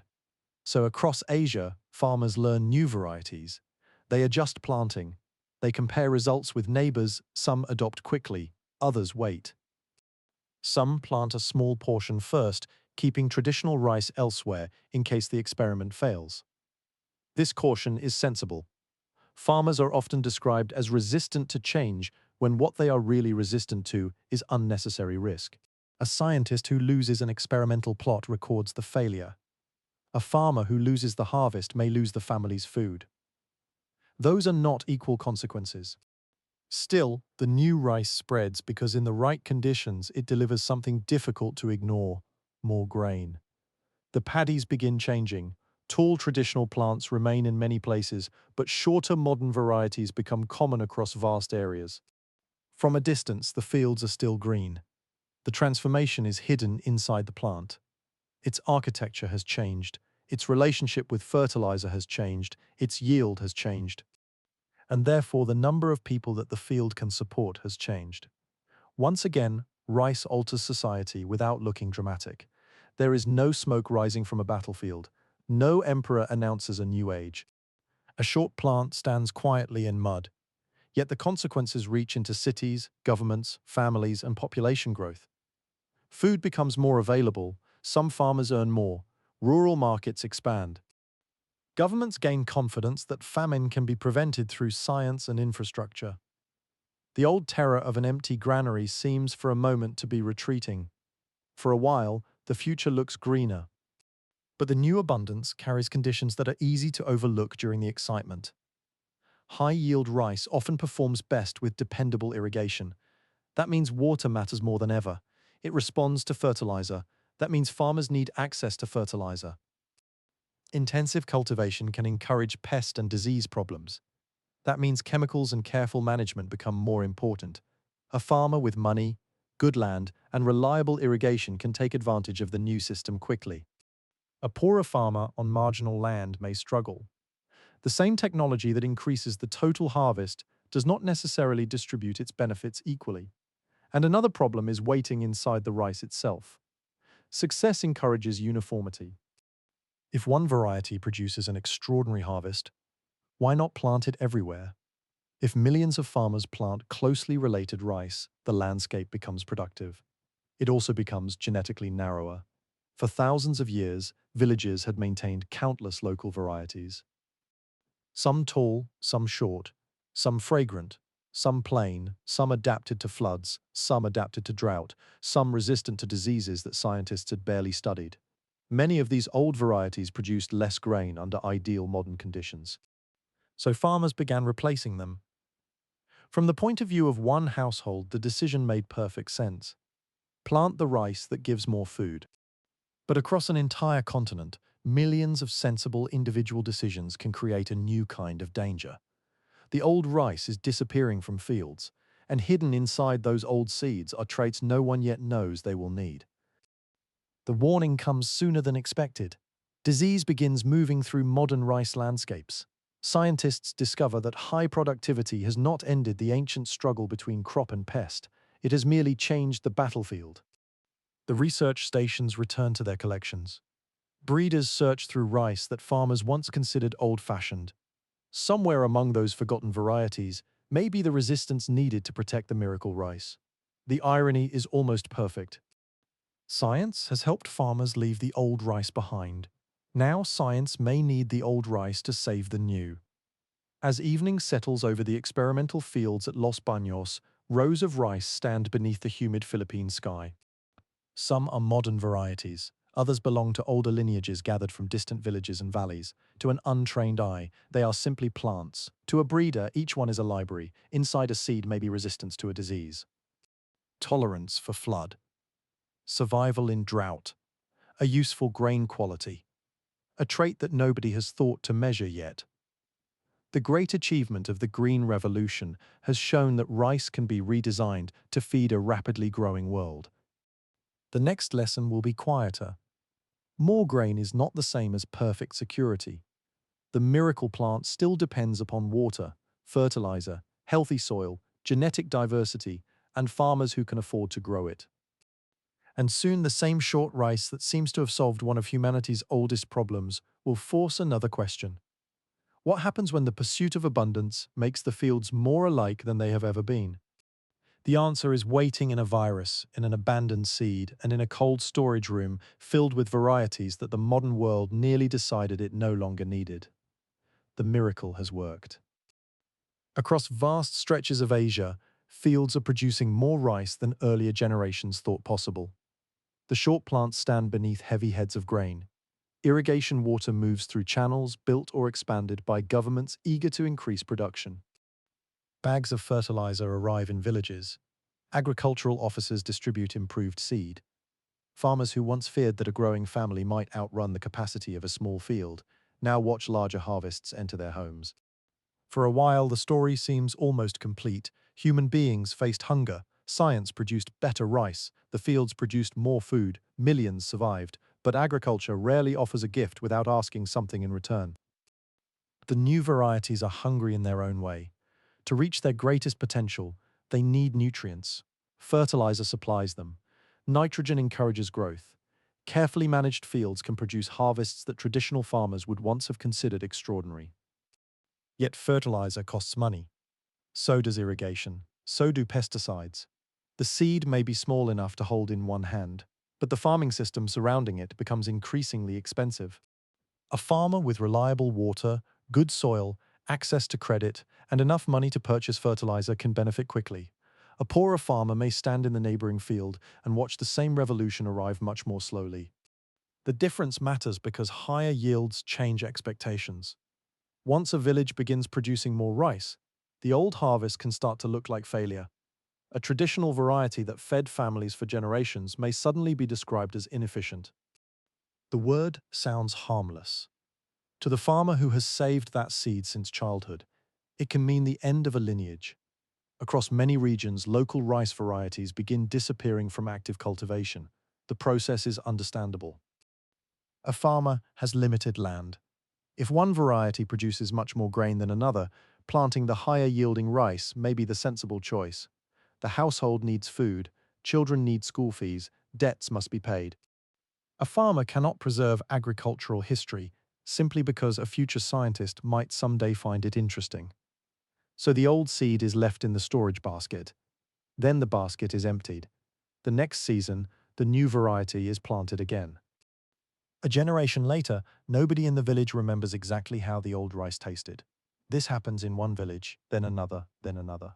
The fields remain green, but something invisible is disappearing: diversity. For thousands of years, rice farmers had created an astonishing collection of local varieties. Each one was the result of countless choices made under particular conditions. A farmer in a flood-prone region kept rice that survived deep water. A farmer on dry land favored plants that endured uncertain rain. A mountain community preserved a variety suited to cool nights. Another village preferred rice because of its fragrance, another because it cooked softly, another because its stalks resisted local insects, another because it matured at exactly the right point in the monsoon season. No central authority designed this diversity. It accumulated slowly, messily, beautifully. Every valley became an experiment. Every farmer became a selector. Every harvest removed some plants and preserved others. The result was not one perfect rice. It was thousands upon thousands of different answers to the same question. How do we survive here? The Green Revolution asks a different question. How do we produce as much grain as possible? That question is urgent and reasonable. But when the answer is a small group of highly productive varieties, Enormous regions can begin growing rice with closely related genetic backgrounds. The landscape becomes more uniform. From the road, this looks efficient. To a disease, it can look like an invitation. A pathogen entering a genetically diverse landscape encounters obstacles. One variety may be vulnerable, another may resist. A third may become infected but recover. A fourth may mature before the disease spreads widely. Diversity creates irregularity. Irregularity can slow disaster. A field planted with genetically similar rice offers fewer surprises. If the disease can infect one plant, it may be able to infect the next, and the next, and the next. The very uniformity that makes modern agriculture easier to manage can also make it fragile. This danger becomes frighteningly clear when grassy stunt disease spreads through rice-growing regions of tropical Asia. The disease is associated with a virus carried by brown plant hoppers, small insects that feed on rice plants. An infected plant becomes stunted. Leaves can change color. The plant fails to produce the harvest the farmer expected. One damaged plant is a nuisance. A damaged field is a crisis. Many damaged fields are something else entirely. Farmers begin seeing symptoms. Scientists begin receiving reports. The modern rice system created to protect Asia from hunger suddenly reveals a weakness. The problem is not that scientists were foolish to develop high-yielding varieties, nor is it that traditional farming possessed some perfect answer that modern science destroyed. The reality is more uncomfortable. Success created dependence. When a successful variety spreads across enormous areas, its weakness spreads with it. The same seed that connects millions of farmers through higher yields can connect them through vulnerability. Researchers now need resistance. Quickly, breeding a resistant rice plant requires finding a plant that already carries useful genetic traits. But where do you search when farmers have spent years replacing old varieties with new ones? The answer leads backward, into collections, into forgotten seeds, into rice that seemed outdated. Scientists examine traditional varieties and wild relatives gathered from different regions. Most will not contain the answer they need. That is the nature of diversity.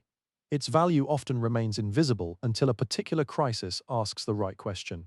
Then, among thousands of possibilities, a rare plant can suddenly become precious. A traditional rice succession from India proves to carry resistance useful against grassy stunt disease. The variety had not conquered Asian agriculture. It had not been celebrated as miracle rice. Its yield was not the reason it mattered. It possessed one useful trait hidden inside its inheritance. That trait could be crossed into modern rice. The old plant could help protect the new. There's a quiet irony here that deserves to linger.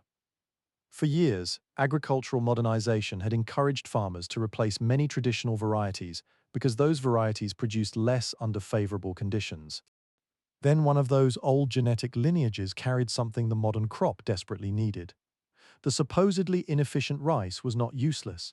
Its value had simply been measured with the wrong question. Yield asks how much grain a plant produces today. Genetic diversity asks what the plant might help us survive tomorrow. Those are very different measurements. The crisis changes how researchers think about collections. A rice variety does not need to be delicious, productive, beautiful, or commercially popular to deserve preservation. It may contain resistance to a disease that has not yet appeared. It may tolerate a temperature that does not yet threaten major growing regions. It may survive salty water. It may endure drought. It may carry a root structure useful in poor soil. It may contain a trait scientists do not yet know how to recognize. A seed can be valuable for a reason nobody has discovered. This makes preservation difficult to justify in ordinary economic terms. How much is an old packet of rice worth today? Perhaps very little. During the right agricultural crisis, perhaps more than anyone can calculate. So while farmers continue planting under the tropical sun, another part of the rice story moves indoors, into cold rooms, into seed banks.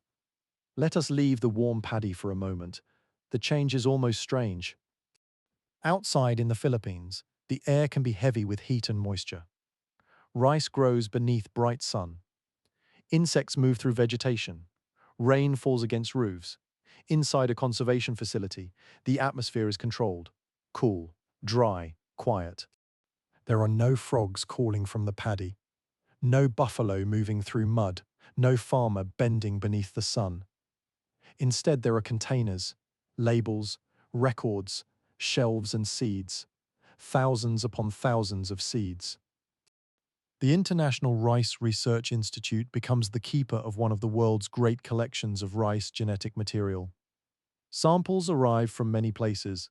Some come from famous agricultural regions, others come from remote villages. Some belong to varieties still planted widely. Others are already disappearing from farmers' fields. Each sample needs a name or identification, a place of origin, records, careful storage. A seed bank sounds passive. It is not. Seeds are alive. They are simply waiting.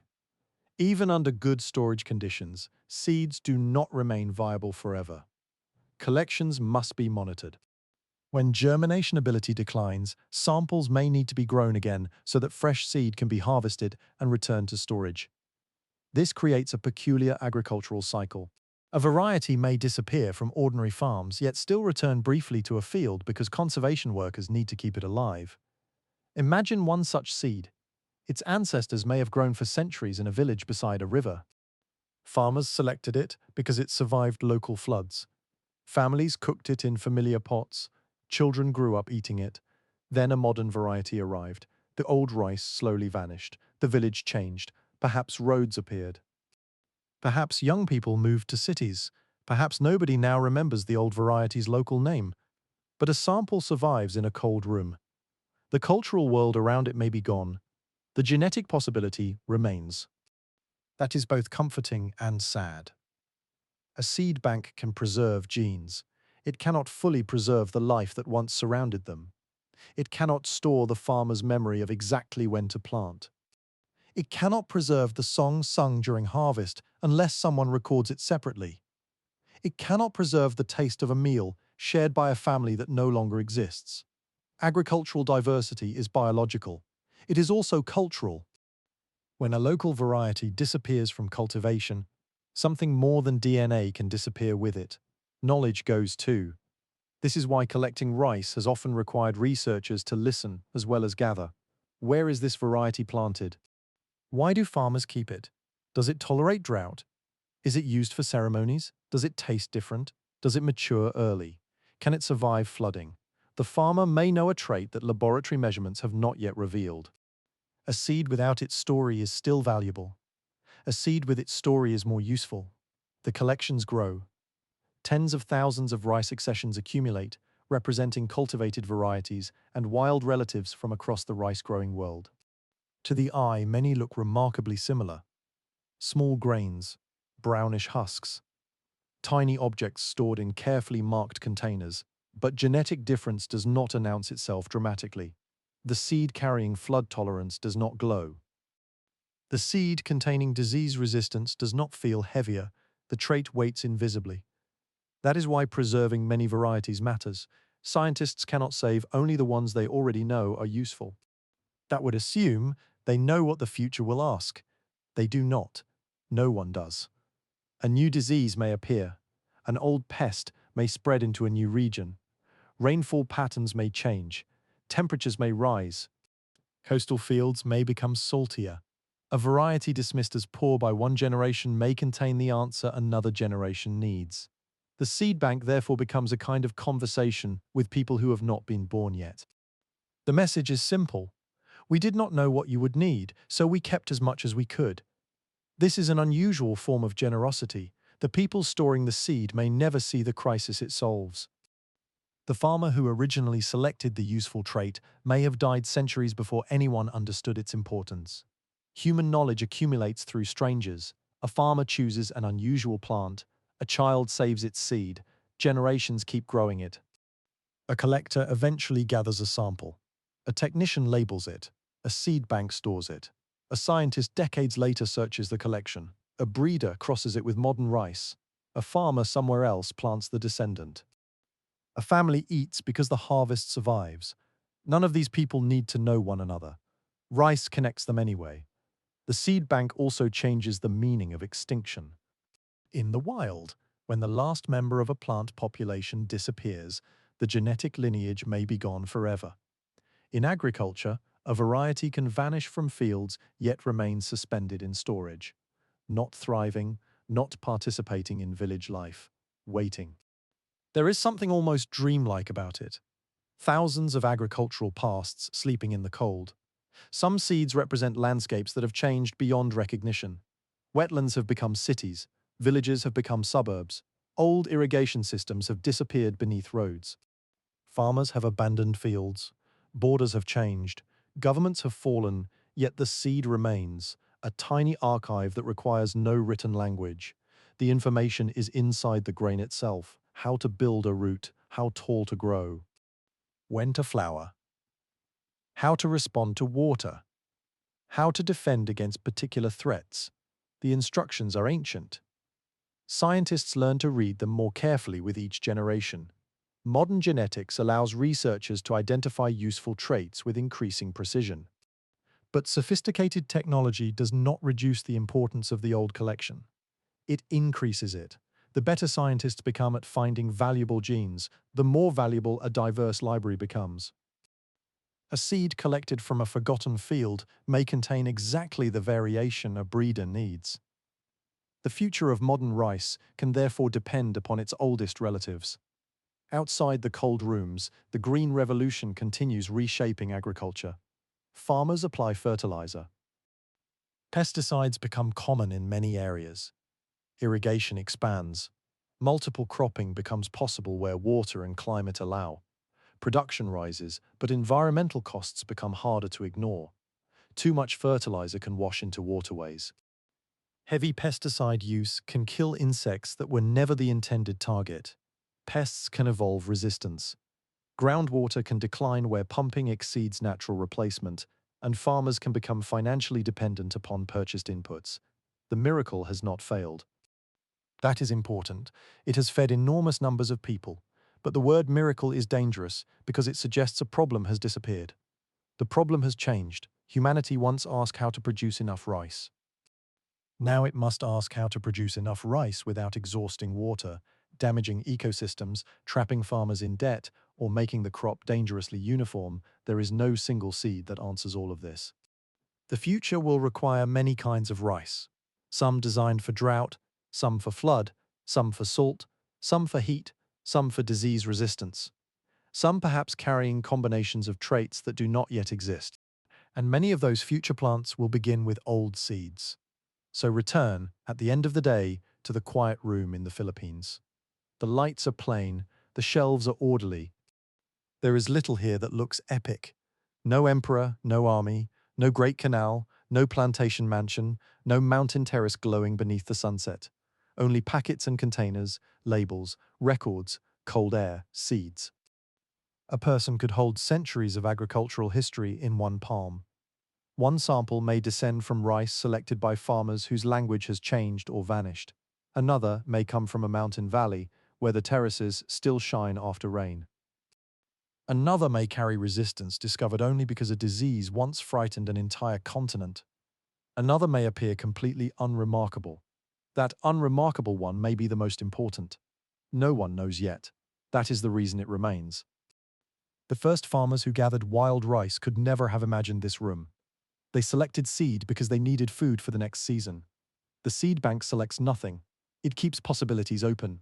After thousands of years of choosing which rice should survive, humanity has finally learned another lesson. Sometimes wisdom means refusing to choose too soon. Keep the tall one, keep the short one, keep the fragrant one, keep the bitter one. Keep the rice that yields poorly. Keep the rice that grows in strange soil. Keep the one nobody wants to eat. Keep it because the future is an unreliable storyteller. Somewhere outside, another rice season is beginning. Water enters a field. A farmer opens a bag of seed. The plants that emerge may carry genes borrowed from ancestors grown in distant places generations ago, and inside the cold room, countless other possibilities remain asleep. They wait without knowing what they are waiting for. A hotter year, a new disease, a flooded valley, a salty delta. A question humanity has not yet learned to ask. The shelves remain quiet, but they are not empty. They contain the unfinished history of rice, and as the world grows warmer, more crowded, and more uncertain, humanity will return to those sleeping grains again and again, searching for ways to keep the oldest promise rice ever made. That when the difficult season comes, there might still be enough to eat. And now, after all those journeys, the rice comes home to the bowl, not to one home, to millions of kitchens at once. Morning arrives over southern China, and steam begins rising from cookers and pots. In India, rice is washed beneath running water, while spices warm nearby. In Bangladesh, fields lie close to rivers that have fed and threatened communities for generations. In Vietnam, bowls of rice appear beside vegetables, fish, meat, pickles, soup, and whatever the household has prepared that day. Across Thailand, Myanmar, Indonesia, and countless islands and valleys between them, the same quiet ritual repeats. Wash, cook, wait, eat. Today, rice helps feed roughly half the people on Earth. For billions, it is not an exotic ingredient or a special occasion food. It is simply what a meal begins with. That simplicity hides an astonishing amount of diversity. There is basmati, with long, slender grains and an aroma that rises gently when the lid is lifted. Across South Asia, particular basmati traditions are tied to landscapes, farming knowledge, trade, family preference, and dishes prepared for both ordinary meals and celebrations. Farther east, jasmine rice carries another fragrance, soft and familiar across much of Southeast Asia. There is glutinous rice, whose grains cling together after cooking. In parts of Laos and neighboring regions, it is not merely another variety on a supermarket shelf. It is woven into daily eating habits, carried in baskets, shared by hand, and paired with foods whose textures make sense beside it. There is black rice, dark with pigments in the outer layers of the grain. There is red rice. There are short grains and long grains, soft grains and firm grains. Rice suited to low-flooded plains and rice that can survive on slopes. Rice grown for festivals, rice kept for its smell. Rice valued because it matures early. Rice remembered because someone's grandmother always cooked it. Thousands of local varieties have carried thousands of local answers to the same ancient question. What kind of rice belongs here? A farmer's answer may be completely different only a valley away. That is the strange beauty of the grain. Rice is global without being uniform. A bowl in Hanoi does not mean exactly what a bowl in Dhaka means. Rice in Bali carries histories different from rice in Bengal. A family in southern China may prefer a texture that another family elsewhere would consider unfamiliar. A dish prepared for a wedding may use rice differently from one prepared for an ordinary evening meal. The grain connects people without making them the same. And perhaps that is why it has traveled so successfully. Rice adapts. Not only to climate, to culture. It enters whatever world receives it and slowly becomes local. In India, it becomes part of an enormous landscape of regional cuisines, agricultural systems, religious customs, and celebrations. In Bangladesh, rice is so deeply connected to everyday eating that the agricultural year and the human year seem to move beside one another. In Vietnam, the language of rice reaches far beyond the plain bowl. Rice becomes noodles, cakes, porridge, wrappers, fermented foods, sweets, and ceremonial dishes. The grain can appear at breakfast in one form and return at a family gathering in another. In Indonesia, rice sits at the center of meals across communities with very different languages and traditions. On Bali, it still moves through a landscape where irrigation, temples, farmers, and inherited ideas of balance remain intertwined. In Thailand, fragrant rice moves from fields into local kitchens and international markets. In Myanmar, rice continues to occupy the same complicated position it has held for generations: household food, rural livelihood, and commodity. The modern rice world is therefore both intimate and enormous. A farmer may plant for the family. The harvest may enter a global market. A cook may choose a variety because of childhood memory. A scientist may examine the same variety because of a useful gene. A merchant sees price. A government sees food security. A child sees dinner. All of them are looking at rice. They are simply looking from different distances. If you could rise above Asia on a clear growing season morning, the scale would be difficult to absorb. Paddies spread across river deltas. They fill plains. They occupy narrow valleys between mountains. They sit beside cities that did not exist when the fields were first established. Some are tiny family plots. Others belong to large commercial systems. Machines work in places where buffalo once walked. Elsewhere, planting is still done by hand. Modern pumps lift water. Ancient channels continue carrying it. Concrete roads cross irrigation networks older than the states that now maintain them. The old world and the new do not sit separately. They overlap. A farmer may check weather information on a phone and then step into a field whose boundaries were shaped by grandparents. A modern rice variety may carry a gene inherited from an ancient landrace. A mechanical harvester may move across land first leveled by human hands generations ago. History does not disappear when technology arrives. It remains underneath, and beneath almost everything is water. Rice and water have traveled together through this entire story. Water filled the marshes where wild rice grew. Water encouraged villages to settle.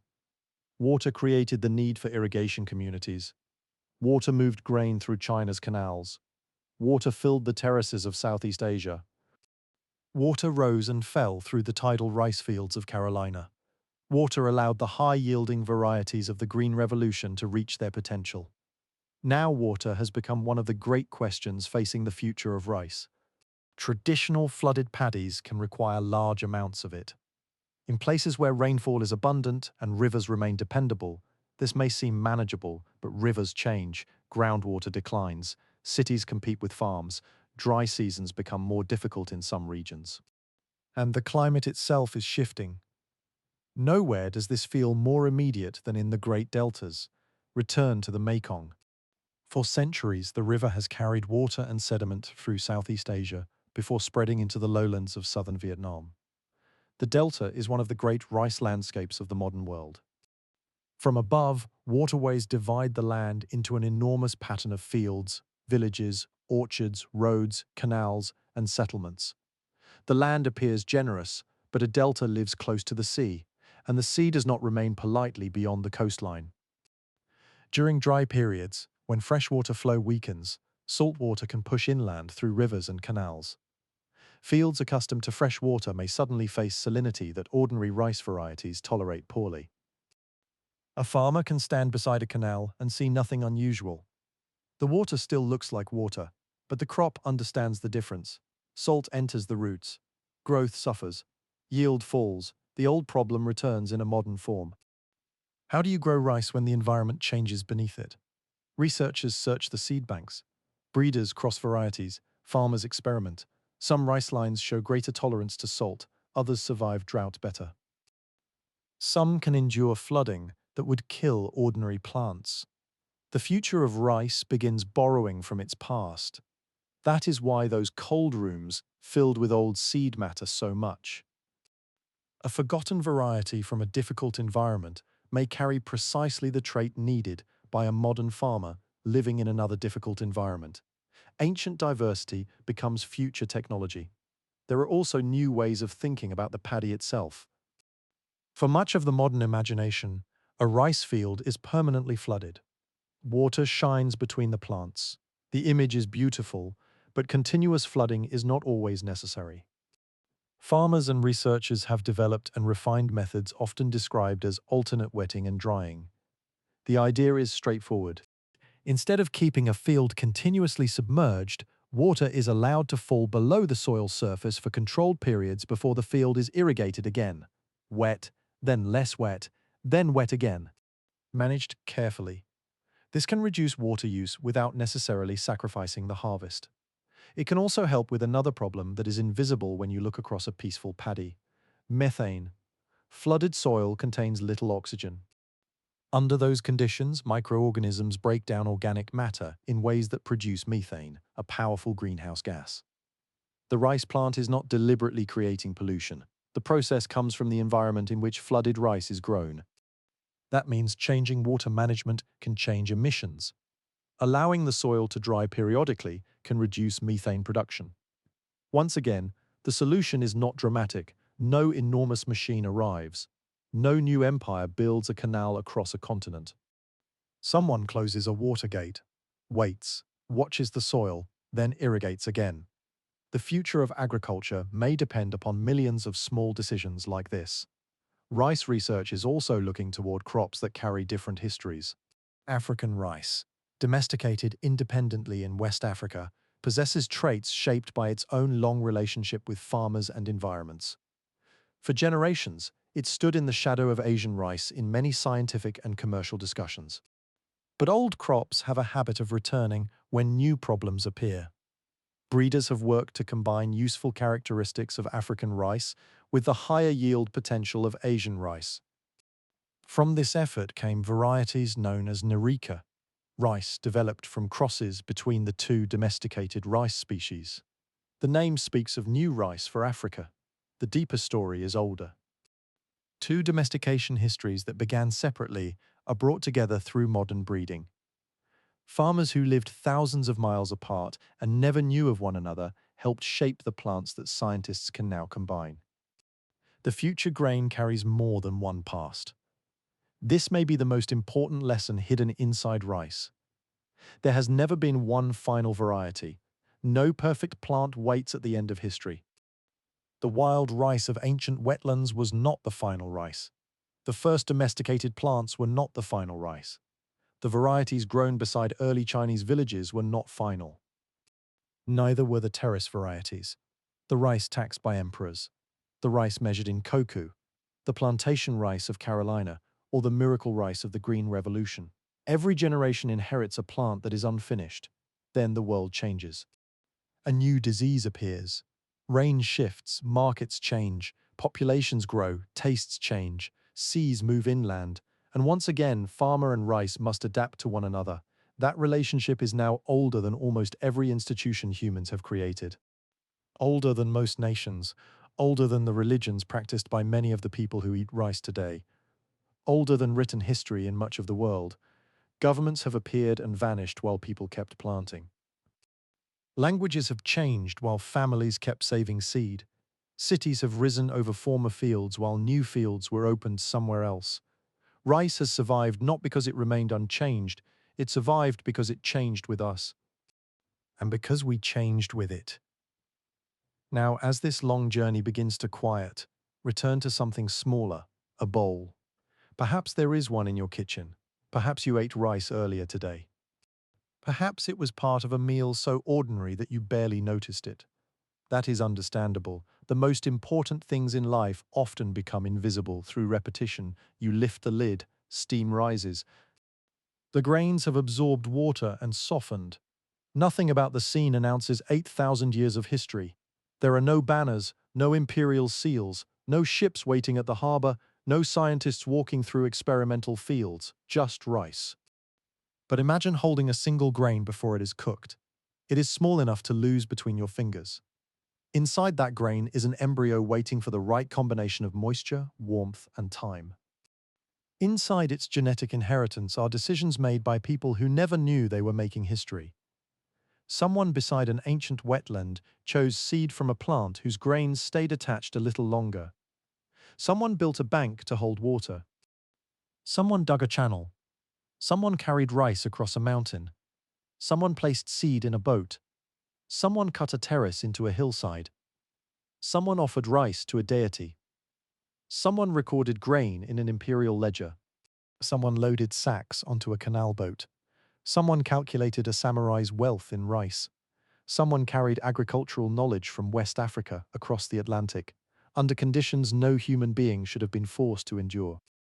Someone stood in Carolina mud and understood water better than the person claiming ownership of the field. Someone loaded rice onto a colonial ship. Someone watched grain leave Bengal, Burma, Java, or Indochina toward markets far away. Someone in the Philippines crossed two rice plants and waited to see what their offspring would become. Someone saved an old seed because it might matter later. Most of these people have no statues. Many have no surviving names. History books rarely know what they said at supper. We do not know which child complained about working in the field, which farmer worried through a night of heavy rain, Which grandmother kept the best seed hidden in a jar? Which boatman sang while pulling grain along a canal? Which enslaved parent taught a child how to winnow? Which scientist opened a packet of forgotten seed and realized that an old plant carried the answer to a new disease? Yet their lives remain connected through the grain. This is what makes food history so strange. You can eat the end of a story whose beginning lies beyond memory. The bowl does not tell you any of this. It simply waits. Perhaps that is appropriate. Rice has never needed to announce its importance. It built villages quietly.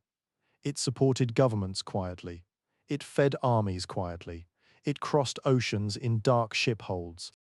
It survived inside seed baskets and cold rooms. It became sacred without becoming rare. It became global without becoming unfamiliar. And tonight, somewhere on Earth, someone is planting it, someone else is harvesting, someone is opening an irrigation gate. Someone is checking whether salt has entered a canal in the Mekong Delta. Someone is examining a drought-tolerant plant. Someone is preserving a traditional variety because the family prefers its taste.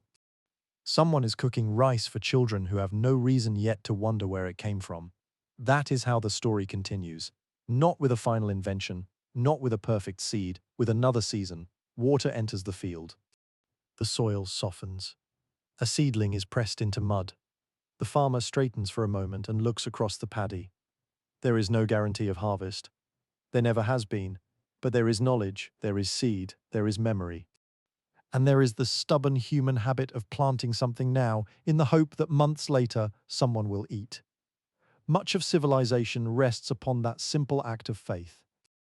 So if there is a bowl of rice somewhere near your own evening, look at it once before the story fades. The grains may be white, brown, red, black, long, short, fragrant, or sticky. It does not matter. Behind them is the swamp, the river, the monsoon, the mountain terrace, the temple, the granary, the imperial canal, the samurai warehouse, the merchant ship, the colonial port, the Carolina marsh, the experimental field, the seed bank. And beyond all of those places are the people. Farmers, families, laborers, boatmen, cooks, priests, merchants, rulers, enslaved people, scientists, children waiting for supper. Generation after generation they have carried this small grain forward. Some sought profit from it. Some built power upon it.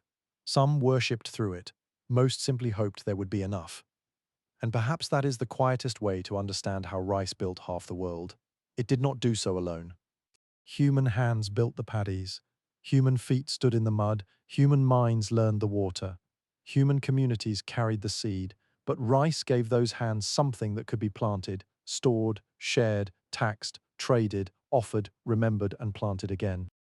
The partnership changed landscapes, then villages, then kingdoms, then continents, and after all of that history, its final destination is still remarkably humble: a warm bowl, a little steam, a quiet room, and someone, somewhere, eating before the rice grows cold.